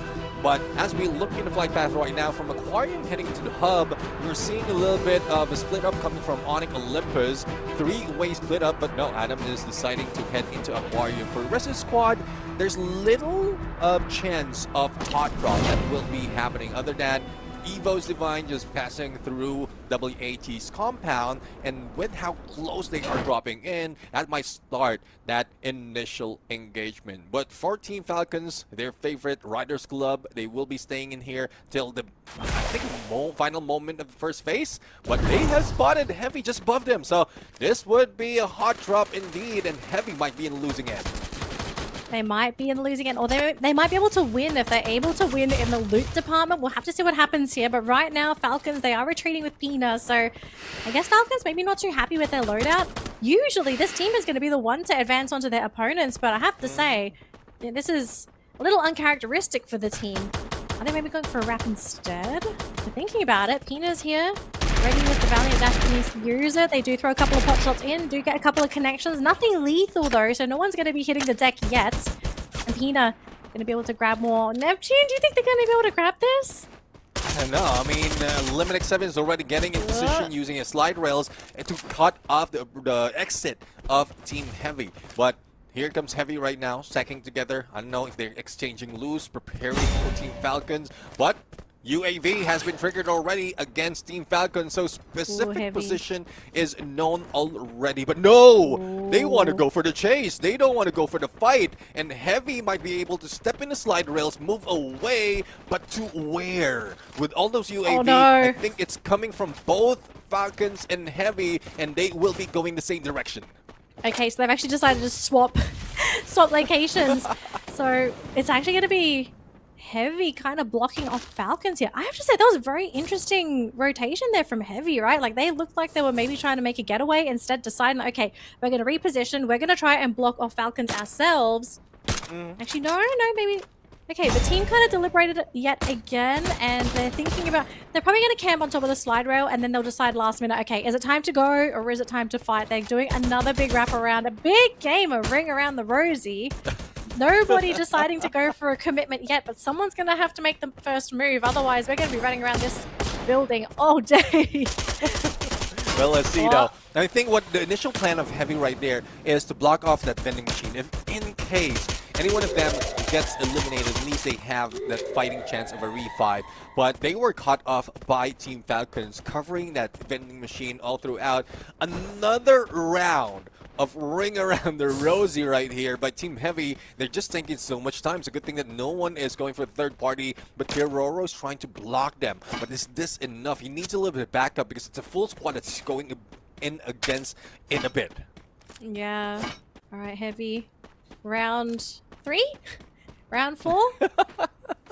They're still trying to deliberate where to go. I guess the good news for Heavy is that this circle is still within the confined dividers club, so they can actually stick around here for quite a while. If it actually decided to go in a different direction, that might have been a motivating factor to force Heavy away. But looks like Heavy is going to be trying to come into the compound this time. Couple of shots on number Mufasa. Nothing lethal yet, though. Pina is here, ready with the dash. On fire there, don't cry. Oh, quick swap. That's going to hit the temple. We also have on fire. Pina's the next one to follow. 2 players down on the side of Falcons. Alan looking to go for a backstab onto Pyro. Alan is low, though. Less than half health. Pyro going to be going for the wrap around. Who gets the shot, though? Alan going to win that one instead. And Falcons down to 1 player remaining. It's only Limit. Oh, but the patience from Heavy paying off. Yeah, I mean, again, that was the plan. If the moment before that engagement, they block off that vending machine, and then they position themselves, isolating one of the players. And I guess with the position that Limit 7 was taking, they know that they have advantage in terms of numbers. And that's where they beat them down. But speaking of a beatdown, Onik Olympus right now, taking down none other than Twisted Mind. If I'm not mistaken, there's only 1 player of Twisted Mind left, and there's like no vending machine near them. And we also witnessed earlier Aurora being eliminated, but as to continue, it's Diamond right now going against Adam. RGS a little bit too close, he could have damaged him, but here comes backup from Crime with a Max 7, but that glue wall saves him, but right straight into Diamond right now. Will he be able to get away? He did, but unfortunately not that fast. Oh no, what an absolute disaster. So Diamond is on. Look at this though, we're seeing some shots being thrown between Hongam and Spies. What a battle happening between ADC and WG. Oh, Spies, he's still got some glue walls. He's going to be able to cover him, but he changes direction! He changes direction and Grand Theft 5, but he runs out of glue walls, and WAG will take him out. I love it. I want more. We're getting a lot of highlights right here. Funny moments, crucial moments, and unfortunate moments, especially from Team Falcons earlier. WAG still on the battle dome. Again, another Vietnamese team. And there goes Tan being taken down. But Tico, even Valiant Dash and an M590. hit and run literally as they drive deep down beyond, and the grenade did hit. It did take him down. I think it bounced off one of the players of WAG. It heads onto him, and they are now left with only one player for GOW for the revive. And hopefully we will see a full squad back in, similar to what we're seeing to ACD right now, who not only did they get a full squad in, but they have 4 elimination. I don't know how we still have 11 teams in the game, Neptune. I would have thought by now we may have lost maybe 1, 2, maybe 3 more teams, but apparently everyone decides like, nope, we're gonna play absolute battle royale. No one's allowed to be eliminated. We're just gonna farm. We're just gonna keep farming everybody. So I feel like this lobby is going to be overinflated in terms of elimination points just because of the number of revives that we're seeing. Like, look at the scoreboard already. Like, WEG has 5 eliminations, ACD has 4, Onyx has 4. So many revives happening across the board. Now, unfortunately, Diamond is going to be taken out, but Jump is there with the revive, but this does force him back again in the loot department. So Twisted Minds, this is going to be a tough round for them, unfortunately, because they are being set back with every single time one of their players is being eliminated. Yeah, I do agree. I mean, in terms of placement, they didn't do so much in finding final circle from the last time we saw them in Solara. But WAG, though, doing quite well. Again, they are leading the fray when it comes to this map because they studied this so much, because one team like BTR from the past has been beating everyone else. But as we look at the next phase of the map, WAG, not only them, but ACD, Onyx, Olympus need to move fast, because not only is the circle closing in, but it's way far up north, and they need to move not only to be close to slide rails so that they will not lose real estate. Oh boy, Shadow Esports not too happy here. Bigatron shooting at them from quite a distance, but no critical hits, so it looks like they will be able to comfortably settle into their compound for now. And Bigatron, I think after that last game, they are quite bloodthirsty. They want to try and pick up some more eliminations. But with the positioning so far, it's quite closed in. So Bigatron's going to have a pretty quiet game, I think, unless someone comes in from Waterfall's side. But I don't recall the angle for some of these teams. Well, Shadow Esports going for another rotation again. Even Riptide Rhythm being deployed as well, but that's going to be wasted. Oh, unless maybe they got the drop, they get Rin. They got 1 at least, but can they follow through? Yeah, I mean, I think there's so much cover right there, especially as them stepping into the compound, and I think Shadow Esports will be saved. But BTR right now, playing with the meta, 2 snipers, 2 marksmen on M24, 1 on that SKS, which is, if I'm mistaken, was Nyx, and another one with a woodpecker. So long-range engagement being triggered by BTR, but Onyx Olympus, Crime. Not quite sure if they watch out where this fight has been going on, because I think they have missed that opportunity already and taken advantage of that fight. Bit of a disaster losing Putra there, so it's only going to be 3 players on Onyx in that compound, and I don't think there's really any way for Putra to easily meet his teammates. Now the thing is, while Onyx is here, can they do anything significant? Can they maybe flush out Bigatron? Can they maybe weaken Shadow Esports? Because they're in a weird position. Putra got caught back, he dies again, so are they gonna bring him? They're probably thinking like, guys, I don't know if it's worth bringing him back, because there's like 2 teams shooting at us at the moment. C-Bank? Oh, look at the shot! Crime! Right through the window! They're throwing everything at Onyx here, and they are super low. Thankfully, they do have the heals there, the healing gun, so all of the efforts from Bigatron going to be for naught for now, but this does show that if Onyx are not careful, there is a team ready to just knock them off of their feet. All right, let's see now. Putra has been revived. The only question is, 3 will times. he be dropping the same area? No, there's no way. He's got to come from the outside. Oh, Putra's been taken down again. Again. Dude, He's on the ground. I don't know. Is he? They got him. They picked him up. They picked him up. All right, Putra's all right. there. He's back from the dead. I thought he'll be lost again. I thought he'll be lost. Yes. But let's see now. I mean, we have 11 teams remaining. We are now in 3rd, going to 4th phase. 10 seconds remaining. But BTR, I guess they got sick and tired of shooting at them from afar. They want to jump the gun, take them down. But you see the sliver of glue, or the bunch of glue walls right here that can easily be taken down with that Riptide Rhythm plus a Cryo Mine from both sides. Onyx Olympus would be in trouble because they are in a very good spot. Not only are they in the middle next phase, but they also have a vending machine near them. And this has been one of the gameplays of a lot of teams, especially when the revives are involved. I mean, they've been capitalizing on those revives of Putra, so we're kind of seeing the benefits of having that vending machine. Now we do have WAG being jumped by ACD with 2 players on the rooftop, so you got to watch for the top 5. First player to get knocked on the side of ACD. They're still playing on the low ground. Tikui rushing in, taking out Fires. Oh, but Tikui and None gonna be hitting the ground as well. 3 versus 2. Up to Please One and Knock Up to maybe make this comeback happen. Rocky is down. Hong Am is low. You can see Aleph wanting to go for the wraparound. Hong Am is super low. Can he get the revive? No! Absolutely denied. Thanks to Aleph. Trap's still chasing Please One, but he will be cut down in the meantime. It's 1 versus 1. 1 player left for both teams. We do get a revive though. And wait a minute. WAG, they might be outnumbered now. Oh, see, I mean, WAG is outnumbered. It's only PL as the one that's trying to survive. Blue's closing in. The car is stuck, and ACD managed to go for that elimination. Though they lost by ease, there's no chance for them to go for revive, but they still got those eliminations. But back into play. It's Team Falcons going against Evo's Olympus. Evo's Olympus, we've seen them fight. Will this be a chance that we can see them win? And here comes the fight. Here comes the push. The zone's closing in, pushing Team Falcons out of the open. That can be taken advantage by Evo Divine. Let's see if they're going to take advantage of this because Evo, they need the points. Oh, disaster strikes. They go. Evo. To be fair, it was Falcons. To be fair.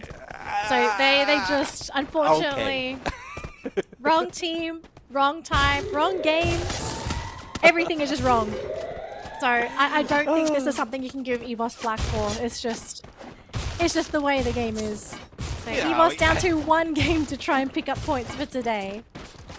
I don't know. EVOS has been slipping up. Okay, let's give the perspective. If that was not intentional, they've been slipping up, and I don't know what kind of showing would be seen from the teams right here, because this is the early parts of this tournament wherein you can risk a lot of things, and if that's not the mindset that the team has, then definitely they are doing bad. So yeah. let's see what turnaround can be done for the final game. Heavy right now.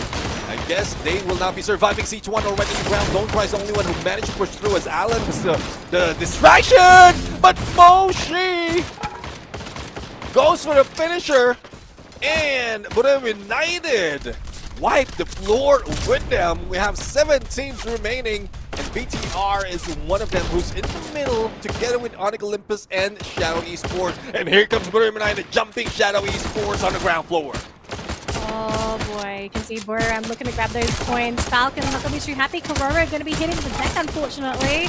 Buriram in the meantime, though, going to be occupying that second floor, looking to try and grab some more if they can.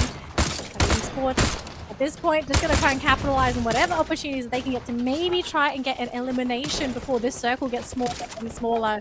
But right now, it's Twisted Minds and Bigatron that's currently outside of the zone. They're going to have to figure out a way to either find a safe compound or to evict somebody with a little bit of extra force and maybe a little bit of bloodshed. Bigatron still trying to do something. They have Onyx as their next door neighbor. Uh-oh. Here we go. Circle's moving in, Neptune. Twisted Mind losing a lot of players. BTR is doing the same, and they will be leaving them behind. Even Joel, I don't think he'll be able to survive. He's trapped, but Koja has been revived. It's not Next anymore who might be able to clutch, but the nade coming from Jonah right there. This saving because Green was just flanking, but United easily picked them up. But the pressure from 2 teams like BTR and Shadow Esports might be the downfall of Buddha United. We'll have to wait and see. Team Falcons edging a little bit too close, or I would say only 1 player from Team Falcons. Eliminate 7 is at a loss. They lost a lot of their teammates from earlier and little chance of a revive because the bench machine is outside of the circle. Oh boy, look at the number of teams. 6 teams, and we still have such a tiny circle. Something's got to give, though. You can see Onyx, they're going to be making their way to the next circle. So positioning, they're going to be at a huge advantage. Whereas and Bigatron, they're kind of stuck in this compound. And Shadow Esports themselves just also trying to decide, like, when can they go? Because if they expose themselves, they're leaving themselves open to being sniped by ACD and Onyx on the outside, practically waging. They're going to go onto the low ground. Shadow Esports going to try and break their way through. One, they first one to hit the ground. Sicily as well.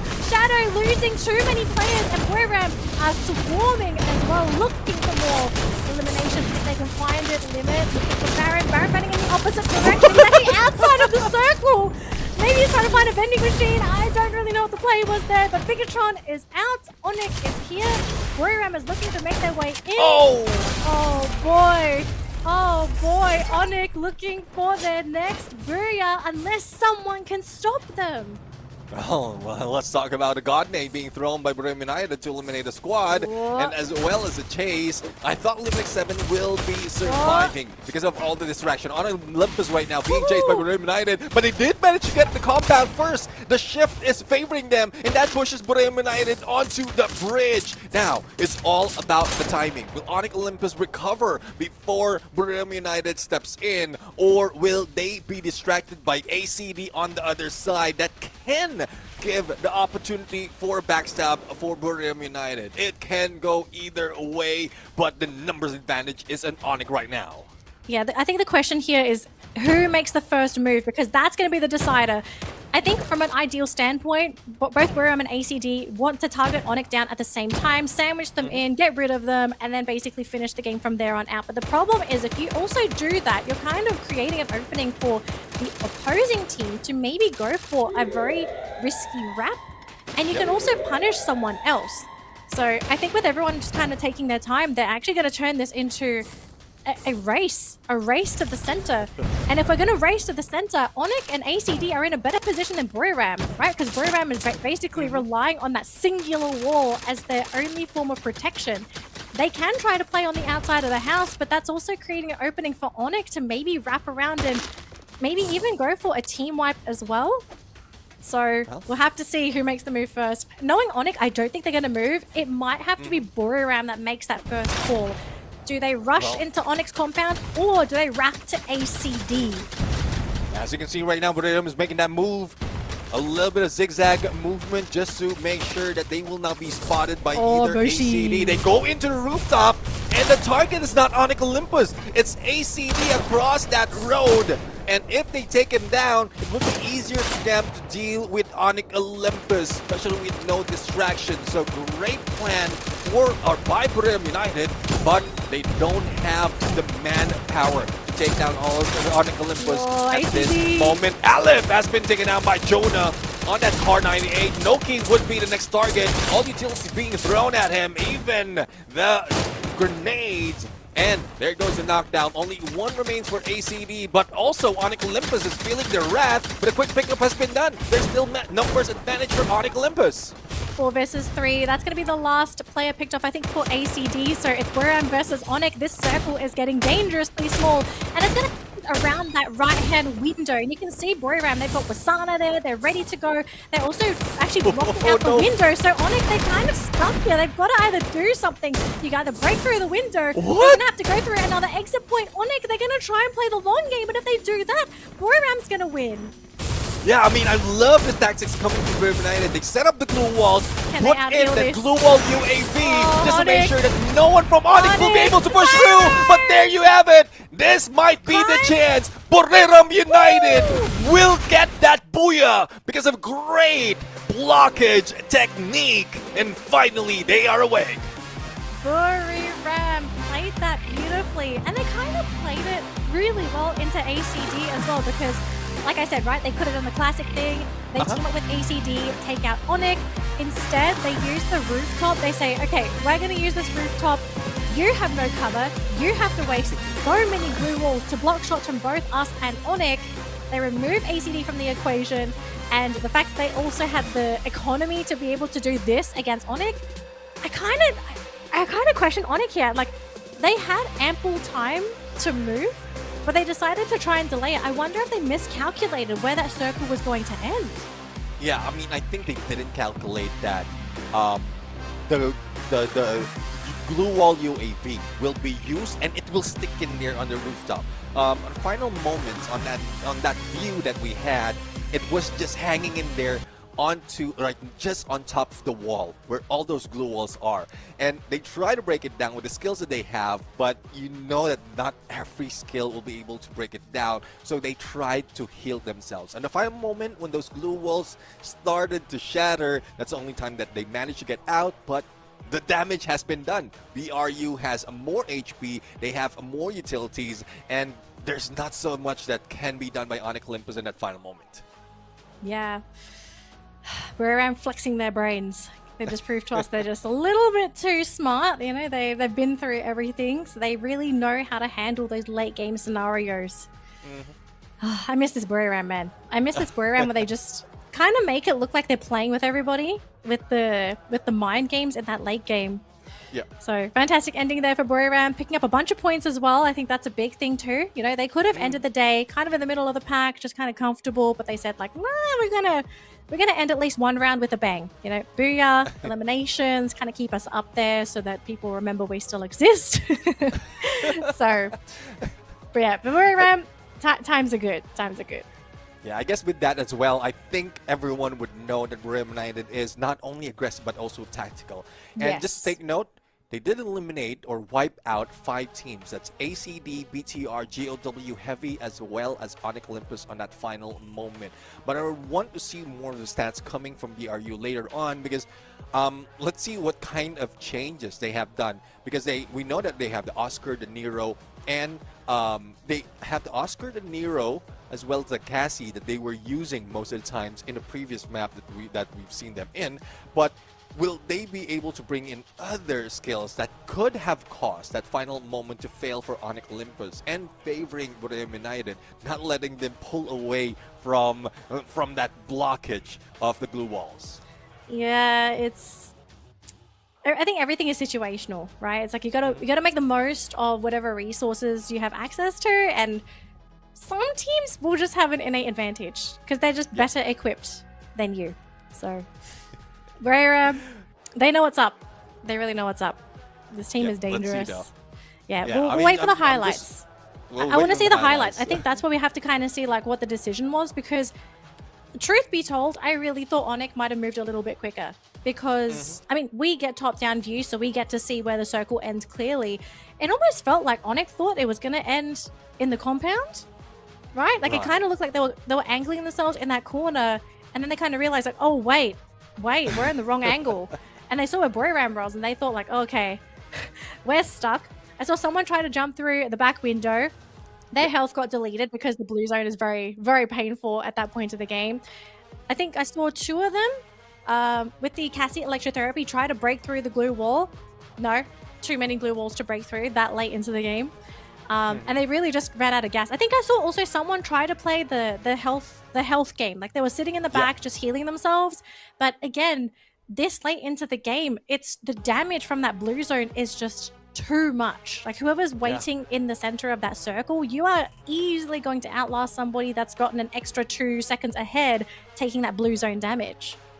Definitely agree. And well, as we look in, let's congratulate Moshi as our MVP, and also the top 5 elimination were 3 which coming from Buriram United. So out of this 3, it's already 16 elimination. I think Buriram United has done a lot more. I'm taking a look at my notes as well, and I think with Onyx Olympus, they tried to survive with that Oscar as well as the Skylar to break down those glue walls. But changing factor right here is what Jonah is bringing in, A124. So final moment, if they know exactly where those glue walls are and the timing that Onyx Olympus will be take, you trigger that A124 thrill of battle, and then those skills that could break down the glue wall is zilch. They will be useless. And that's what Buriram United, I don't know if it's intentional or it's because of their game sense that they know that it would have that great effect against Onyx Olympus.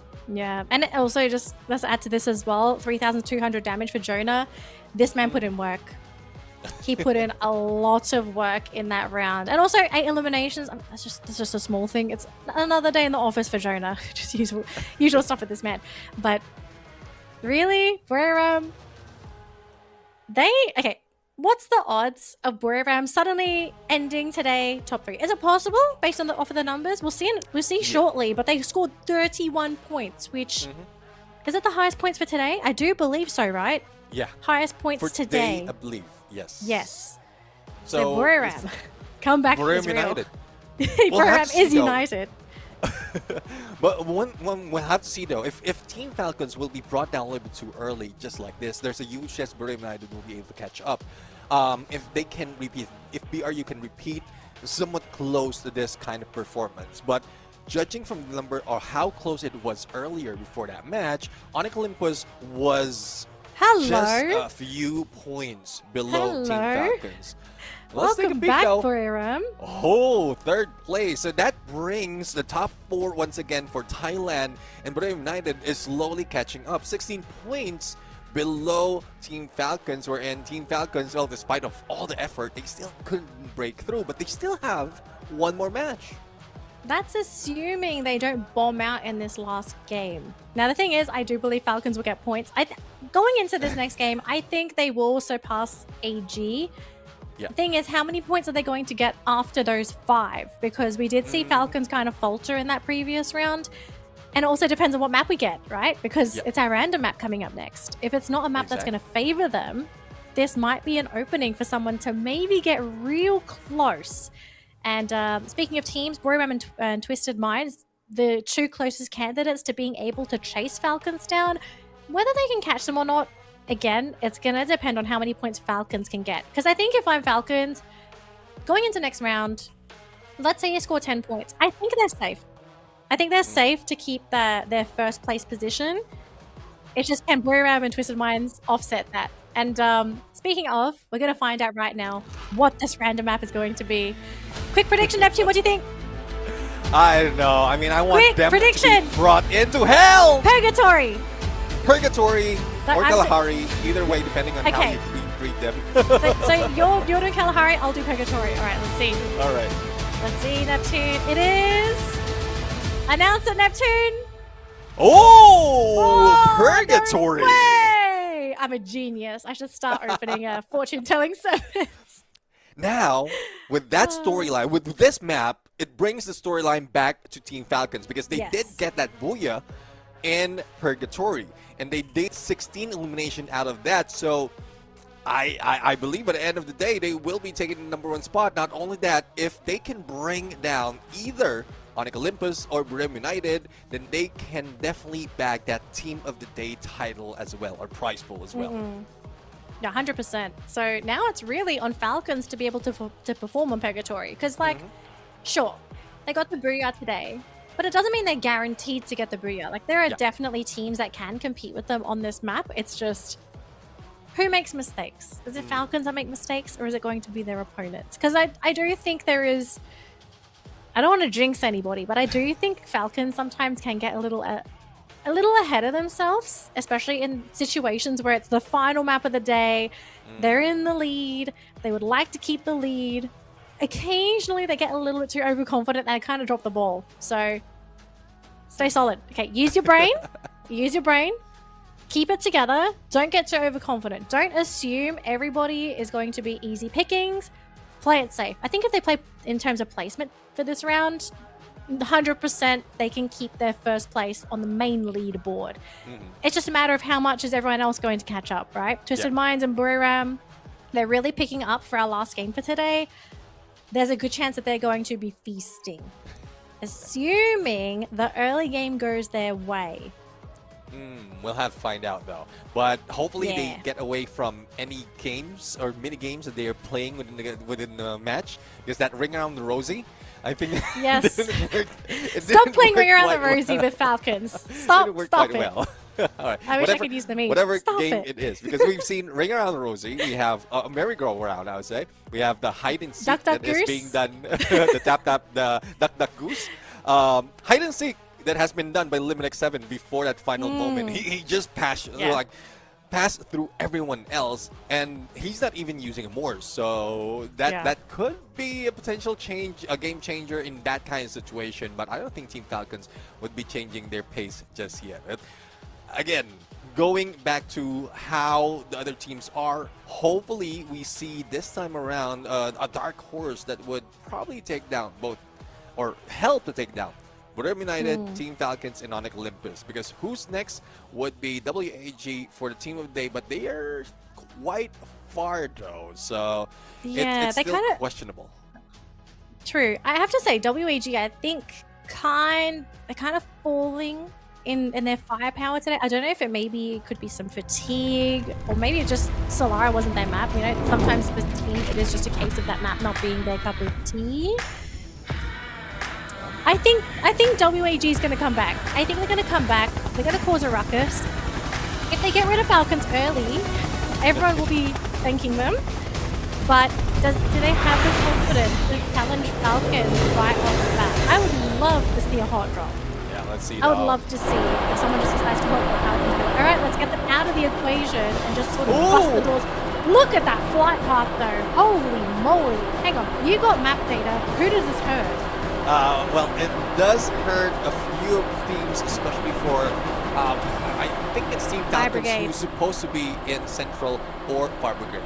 But so this would push them a little bit into either Fields or Ski Lodge, and Fields would be a good spot because we don't have AG Global in this area. But as we look into Aurora, GOW, I guess this also throw them off because Mount Villa is quite open and also in lower ground, and with this hot drop, it reduces chance of them getting a lot of loot. So it can go either way. They need to pull up. They need to get out. Okay, so we still see Falcons still flying down, and now Falcons running into Bigatron right off the bat. Couple of pot shots, nothing lethal though. So Pina doing some damage, but thankfully for Bigatron, they do escape for now. Hang on, wait. No! Hang on. That was a carpool. On Fire was driving. He's like BTR's just hitching on them. I was confused for a moment. I was like, hang on, wait a second. Speaking of wait a second though, Aurora, not too happy. They do lose Zeus right off the bat, and they are right next to GAW, so they're gonna have to kind of commit to this fight because they are out in the open if they want to try and escape. Azriel is there, goes down the time turner, gonna buy some time, but no, gets clipped in the nick of time thanks to Demon. Azriel is down, Chong does get pulled back. Death though, gonna be caught out by Jun. Jun's still there. You can see right now Goku thinking of advancing, but actually they're going to back up instead. They decide, nope, we're going to regroup as a team. We're not going to overextend. We're not going to give away those eliminations. So for Aurora, this is a saving grace for them because they are given a second chance. Let's see though. I mean, that chance can be pulled away. A rug can be pulled right off their feet as GOW is trying to go for a chase. But no, the UAV is not stopping anyone, and Aurora will be going into the other way. So I guess let's go with that storyline right now as them being saved. But for Shadow Esports, one of the players is a little bit lost. It's a good thing that it's not the final player of the team. We are still looking at 3 that is alive for Shadow Esports, but they will need to deal with Twisted Bind. The vending machine has been dealt with already, and there goes the Cryo Mine onto Baron, tags him up. Information has been relayed, and the Bass all have to do is point and shoot. The WAG would be distraction, and Launchpad as early as this, but that doesn't save Baron, and he will be taken down. Yeah, unfortunately for Baron, not really the best angle. He kind of lined himself up there to be two-timed by the Bass and Diamond. So, yeah, it's not over for Shadow Esports. They did go for a massive split. So they can recover. They're just going to have to find a safer place to do it. Now, speaking of being safe, Aurora not going to be too happy with their positioning. They're literally playing on the cliff side. Jun is going to be running in the opposite direction. So Zeus is essentially buying time for the team. He's still there, though. He's kind of hoping he can force someone down that cliff. Maybe go for a bait. I mean, Aurora's coming in, and they've got 4 players, whereas for GOW, it's just 3, because Dian isn't back in the game yet. They don't actually have enough to bring him back. They're not in position to bring him back too, so I think this was a trap. Yeah, it Aurora looks like it. grouping up Demon. Oh! Oh, he thought it was gonna grab it, but no, he gets 2 times. Yeah, DOW definitely. falling for the trap. The Wolves have caught the snare. Let's see though if they can survive. Revive onto Dian might be a saving grace for them. A little bit of insurance policy drops somewhere else. But onto Onyx Olympus right now, who's going in for a takedown against one of the players of Shadow Esports. But as quickly as that, they have gone for that revive. But on Onyx right now, Crime FGL. A little bit too late though. Cannot deal with the double revolver, and Onyx Olympus will need to recover. But Chelsea will be chilling, and Adam right now, MP5 in hand, level 1, not too strong as a weapon. There goes the tag. Chelsea right now might be the ones in advantage, but that cryo mine a little bit off, and I think that's coming from one of the players of Shadow Esports. It just got stuck in the tree, and that forces Adam to pull away. Oh no, Onyx, they're in a pretty tragic position because I just saw Pucho losing quite a bit of health, but he's being tagged up. And with him running away with 2 players on his tail, Shadow Esports, it would be a miracle if they survive for much longer. In the meantime, though, we do have Royale running into EVOS here, and so far, EVOS yet again seems to be the losing team in these engagements. It's just Go Chill, he runs out for the team. EVOS.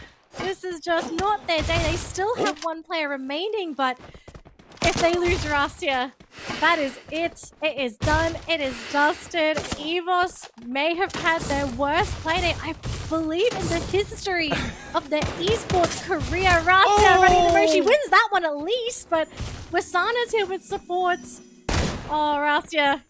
Oh, it's over. It's over. EVOS. Good night. Yeah, good night See indeed. you next week. But for United right now, I think they will be saying good night as well, because here comes Aurora coming from far away. Good thing if Eagle's in there, instant boost, not hitting any tree. Great on Wasana right now on a steering wheel, and they managed to get out from harm. Now, let's see as to where they will be heading. A vending machine available right here in the docks. And as we switch over to Bigatron, zero elimination. Good chance to probably take down Onyx Olympus earlier, but they are being quiet. And let's see if they'll be able to add up a few more of those points later as the next phase of the circle shows up. Just going to be scanning out the air to see if they can grab anything. We have Onyx here. They're still missing Adam, so we're going to have to try and buy him back at the vending machine. There we go. Onyx is slowly regrouping as a team. So another competitor for this round, actually, Neptune, right? Like, Onyx has been doing very well today, very consistent. And where are they on the daily leaderboard? Are they in 4th place? 3rd or 4th? On the daily leaderboard, they're taking the #1 spot. They're 5 points ahead of Team Falcons, because Team Falcons was eliminated earlier in the previous map. And they just got a few more eliminations against them and even survived towards the end. Yeah. So Onyx are potential candidates to win this round. You know what? Let's just leave the game play out. Yeah. We'll let the game play out. We have to see what happens with this fight here, because we're around Twisted Minds. Really big skirmish. Any of these teams getting eliminated here would be huge. And looks like Falcons themselves running into a bit of a fight themselves up against Heavy. They have lost Kororo, so they are missing a player for this. And you can see right now, Mufasa already on the ground on fire. Going to be winning his 1v1 up against Alan. Don't Cry versus Pina. Pina's going to hit the ground though, leaving just Chutan for Heavy up against Limit. And I think if you're Chutan, I don't know, can you get away? He's sitting on so much money. Yeah. I think at this point, you don't give yourself away. But he's trying to escape, but with 3 players from Falcons on his tail, it would be a miracle if he can make it to any kind of vending machine. Oh! He's running, but that's going to be it. Sniped and locked out of the round. Heavy is out, and Falcons are now up to 8 eliminations. Yeah, 8 elimination indeed, but not out of trouble, because Aurora is just right next to them. A revive on Kororo might have saved them, and Launchpad, but unfortunately West a little bit too close at M590. Pina and on fire on a sports car, whizzing going away willing out on this fight, and I don't judge them for that situation. They could have fight, but there's only 2 of them, and one of them will just be coming back from the revive. So if that is the situation Team Falcons had to run, it's a good decision for now. But Shadow Esports, well, we are just looking at Chelsea right now, who's just waiting for the opportunity to be helped by their teammates, but we're not seeing them anywhere, and even the minigun doesn't help them to beat down BTR at the moment.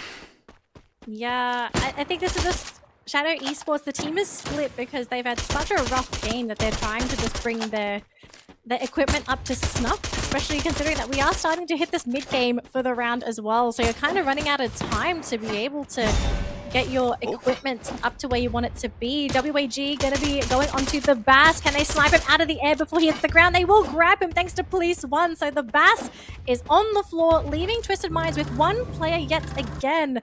This round, Twisted Minds, the chance of them making it very far, it's unfortunately very slim. Not impossible, but they're going to have to try and find some kind of breathing room.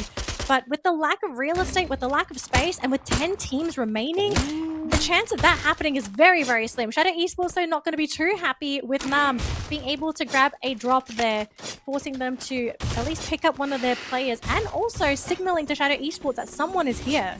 Let's see. Next phase will be coming in soon, and that's decision time for most of the teams, but not WAG and Shadow Esports. The decision would be, will they be fighting? Here comes the lightning zone being triggered right now. That might save them from the onslaught, and a barrage of nades being thrown just to block Shadow Esports. But in the horizon, we're seeing a lot of teams that might be very close, and WAG is not waiting for them to run in. They will either move away or just head into the next phase of circle to prepare against Shadow Esports move of gatekeeping them in their approach. But no, Shadow Esports, I think they decided that they will be bringing their teammates back, getting into the next phase of circle, and that would be the plan of approach. Is Diamond the last player for Twisted Minds? I think he might be. Oh no. Oh no, he gets a buyback. Okay, so if Diamond goes down, they still have 2 players, but it's still a tragic round for Twisted Minds. Diamond about to go down, about to be backstabbed by Numb. Blue wall to delay it for as long as possible, but it's just inevitable. There we go. Please One locks in that elimination onto Diamond, and Twisted Minds, essentially in this late game, they are playing with prayers, hopes, wishes, donations at this point. They're practically playing with nothing. Yeah, definitely playing with nothing. Let's see if that's something that they can turn around. Riptide Rhythm break through the blue wall. 9-7 would be in trouble. Rindo traded off despite of the basic therapy. And even Chelsea will not be chill anymore. Now, it's now left to Baron.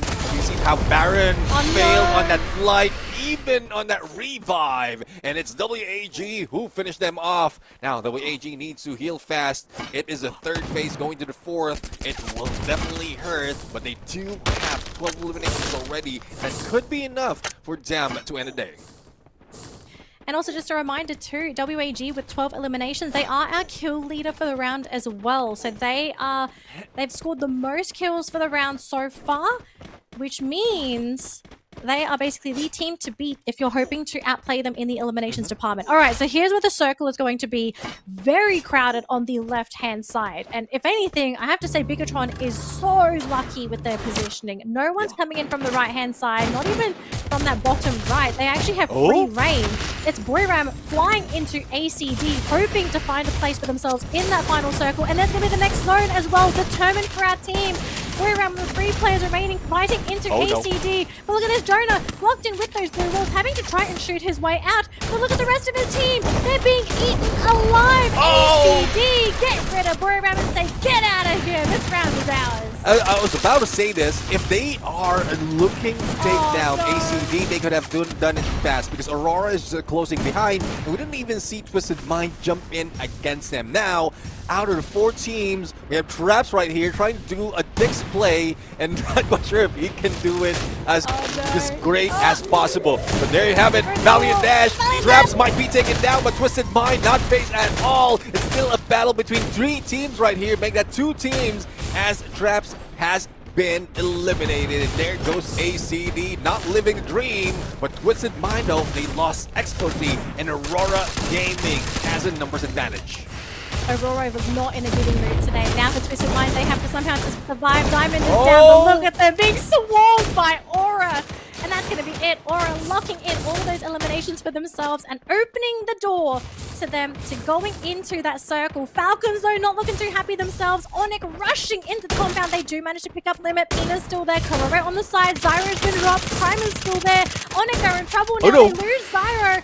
And I think that might just be it. Onyx are out in 5th place, leaving us with our top 4 teams. All right, the dream of taking the top team, or the team of the day, is already taking away from Onyx Olympus. It's time for Team Falcons to catch up with the points. But one distraction, one complication Aurora. would be Aurora right now. I love how heated they are, and they bringing the house down against their opponents. And next up in the list would be GOW. Death already in the ground. Goku is down. Demon, Ping Kong, F. But tried Valiant Dash through the window away from this all. But on the other side, we have BTR against Falcons. And I don't think BTR would be winning this fight. But it's a 2v2 situation, 3v3 situation. And Nyx would be the final survivor. But they managed to go for the pickup and pull away. In 3 versus 3, they managed to get the pickups on both sides, so we are back to an even game. But look at Bigatron, they're blocked into the wall. Oh no, Pino was too late. Dix got him from the side. 2 versus 3, Limit rushes in. They do catch out Dix, but positioning-wise, Bigatron, they might be able to go for the pickups. No, they lose their teammate. There's only 2 players left, but here comes Aura. They're looking for blood. Kyung is the next one to fall. That's going to be it. No more Bigatron, and that's Aura securing our final booyah of the day. Bloodthirsty and hunting. Absolutely pays off. Yeah, let's bring the roar to Aurora right here as they showed up from the mid of that game. Actually, from the beginning of the game, we are seeing that they have been so aggressive, but there's also a little bit of patience coming from them. They don't just jump in blind. They're moving stealthy, and then 18. when it is a time, they go in for that elimination. So let's congratulate Aurora Gaming and believe this is the first booyah coming from the team. 18 eliminations. I caught that. 18. 30 points for Aurora Gaming. Neptune, Yeah. you got your graph in front of you, okay? Where did Aura start before the game on the leaderboard? Where are they now?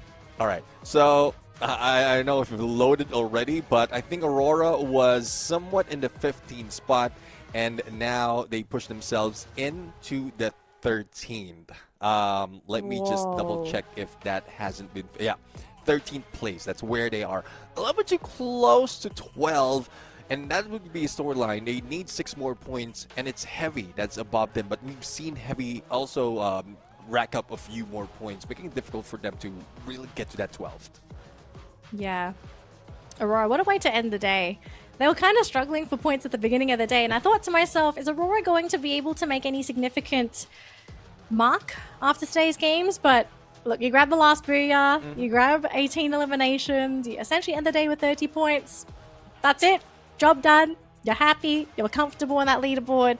And you put yourself in a pretty, I don't know if I want to say they're super safe, but they're in, I guess, like a safer spot towards the bottom of the bracket. Because they could be, you know, one of the last 2 teams. But being able to pick yourself up like that, that's very, very significant, especially with where Aurora kind of started coming into today's games. I hope we see more of this kind of Aurora. I hope it wasn't just a one-hit wonder kind of thing where they just last game of the day. To heck with it, let's just go. You know, I feel like that's what happened. They just YOLO'd in and it just confidence, skill, everything just kind of playing out in their favor. Hopefully the motivation coming from that booyah as well will help them. Though it might take a few more days for it to, or they need to hold on it for a few more days because that's the end of this day as well as the week. And momentum-wise, they won't be bringing it home. They won't be taking it over onto next week. But hopefully, there's still motivation doesn't die down that easily out of this team. But I'm really loving the performance. 18 elimination. Most of it would be coming from the Axel, if I'm not mistaken. Oh, from the Axel. we're gonna see. I think we'll see most of the players on the elimination leaderboard. I mean, we hope to see them anyway. We'll see it in just a second. Oh, but what a day, Neptune. I thought the games would actually be a little bit quicker. I thought like final circles, maybe like 4th or 5th circles, maybe there's like 6 teams remaining. But I think almost for all of today, you know, like when we got that late into the game, I think we were sitting on like 10 teams average for almost all of our games. And we're still getting a lot of those very quick picks where teams are sacrificing 1 or 2 players, they get the revives in, they regroup as 4, then they kind of group up and get ready for the late game.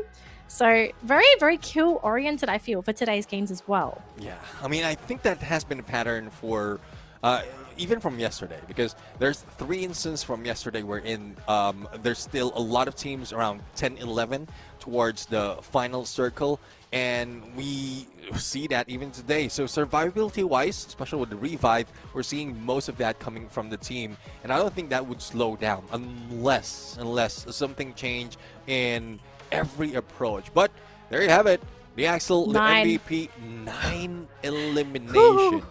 4,800 damage. 4,860. And Neptune. Yeah. What in the world is that damage? 4,800. I think this is close to half of whatever the full squad of Aurora has brought in terms of damage. That's huge. That's huge. That just goes to show how good of a game Axel had for our last game of the day. Man, I'd be feeling... What would I be feeling? Great, godly, unstoppable. I don't know a word to describe like how elated he must feel, especially with like how well he did in that last round. Now, I'm really looking forward to more out of Aurora. But looking at the skills right now, well, I guess the pattern hasn't been broken just yet. We also see that we still see that Skylar, Nero, and Oscar combination because of the number of glue walls that they need to deal with towards the final, if not in most of the engagement. Azrael right now is also bringing that time turner if in case needed. He pulls out that time turner. He has a quick revive capability because of the Tiva, and if in case he needs to fire back, he is wearing that Nikita. Actually, 3 of the front line is using that Nikita, thus they're helping out and chipping the damage. But the Axel has done so much, not only in the damage department but also elimination department. But look at that knockdown. That's 12 knockdowns coming from the guy. Okay, I don't care about the knockdowns. I want to look at Jun. 13 assists. This man is everywhere, it seems. He's just been helping everybody get those eliminations. Okay, yes, knocks are great. We already know Axel's had an amazing game. We need to give some props here to Jun. Yeah. This is teamwork right here, okay? This is teamwork. That is what you want from your teammates. Yep. Aurora, is this a sign? Are you foreshadowing your comeuppance next week? 30 points. 30 points on the board. Second place is Falcons with 22 points, which is fine. Okay, that's fine. Falcons, we kind of were expecting Falcons to do well here because this was the map that they had their booyah earlier on today. So they were projected to do well. And they keep their position on the main leaderboard. I think that's the main thing here for Falcons, right? They take over first place. And by... significant margin, kind of, I suppose, but not unreachable. But they've at least created a nice gap for themselves against the competition. There you go. So there we are. First double century right now, Team Falcons. And it took a while when we thought that it would be easy, but we've seen how grueling it is from Team Falcons before those couple of matches. So they were taken out a little bit early, and if they didn't survive towards the end, they could not have overtaken Onyx Olympus as a team of the day as well. But with this, because of Onyx Olympus being eliminated early as well, I think with the numbers Team Falcons has brought in, makes them secure that that extra $250 for the team of the day. Yeah. All right, folks, this is going to be the final scoreline for the rest of the week. This is not going to change anymore until next week because we've finished all of our matches for today. So commit this to memory. Make sure you cheer for your teams and let them know that you still are going to be supporting them because we are still going to be having games next week. Some of the placements of the teams, you might be concerned, but that's okay. We still have plenty more play days because this is just week 1. Next week is going to be week 2, and we still have more weeks after that. Neptune, I guess like kind of to wrap things up here for today as well. I want to ask you a couple questions. First one, are there any teams that have surprised you in terms of their performance today? Well, other than Aurora, Onyx Olympus. Onyx Olympus was just phenomenal right here. If it wasn't for that elimination, and they've done so well in surviving all throughout each game. Looking at for each map after that Booyah, they other than Bermuda, they didn't slow down, and it's just that purgatory map wherein they only got 11 points in total. Not so much of placement, not so much of elimination after placing or getting 6 on the placement. That's one reason why they got pushed down. It's double that Team Falcons has gathered just for that specific map of purgatory. Yeah, I'm going to add ACD, our underdog team, I suppose, for today. Like, yeah, they didn't score super high, but considering that a lot of people didn't really expect them to do well, to end the day on 5th. Yeah. And they started the day really strong as well. I kind of feel like if this team can find its footing, that they might even be bigger contenders in the group. So, yeah, ACD, fantastic performance. Underperformers, aside from EVOS, which I think a lot of people are kind of looking at here, is there anyone that you kind of feel like should have done better? I kind of feel like Heavy, they should have scored more today. I'm going to be honest. I actually thought Heavy was going to get more points today. I didn't expect them to only get 34. Yeah, Heavy, and as well as one of my predictions, GOW, because from the first day, the first time that we've seen GOW, they didn't manage to clutch it up, but no. Unfortunate. Unfortunate. And probably it's because of the set that the teams that we have right here. It made it difficult for them to really catch up. So let's bring it over to the host right now. I think we're going to go for an interview, and let's bring it over to our team day as well.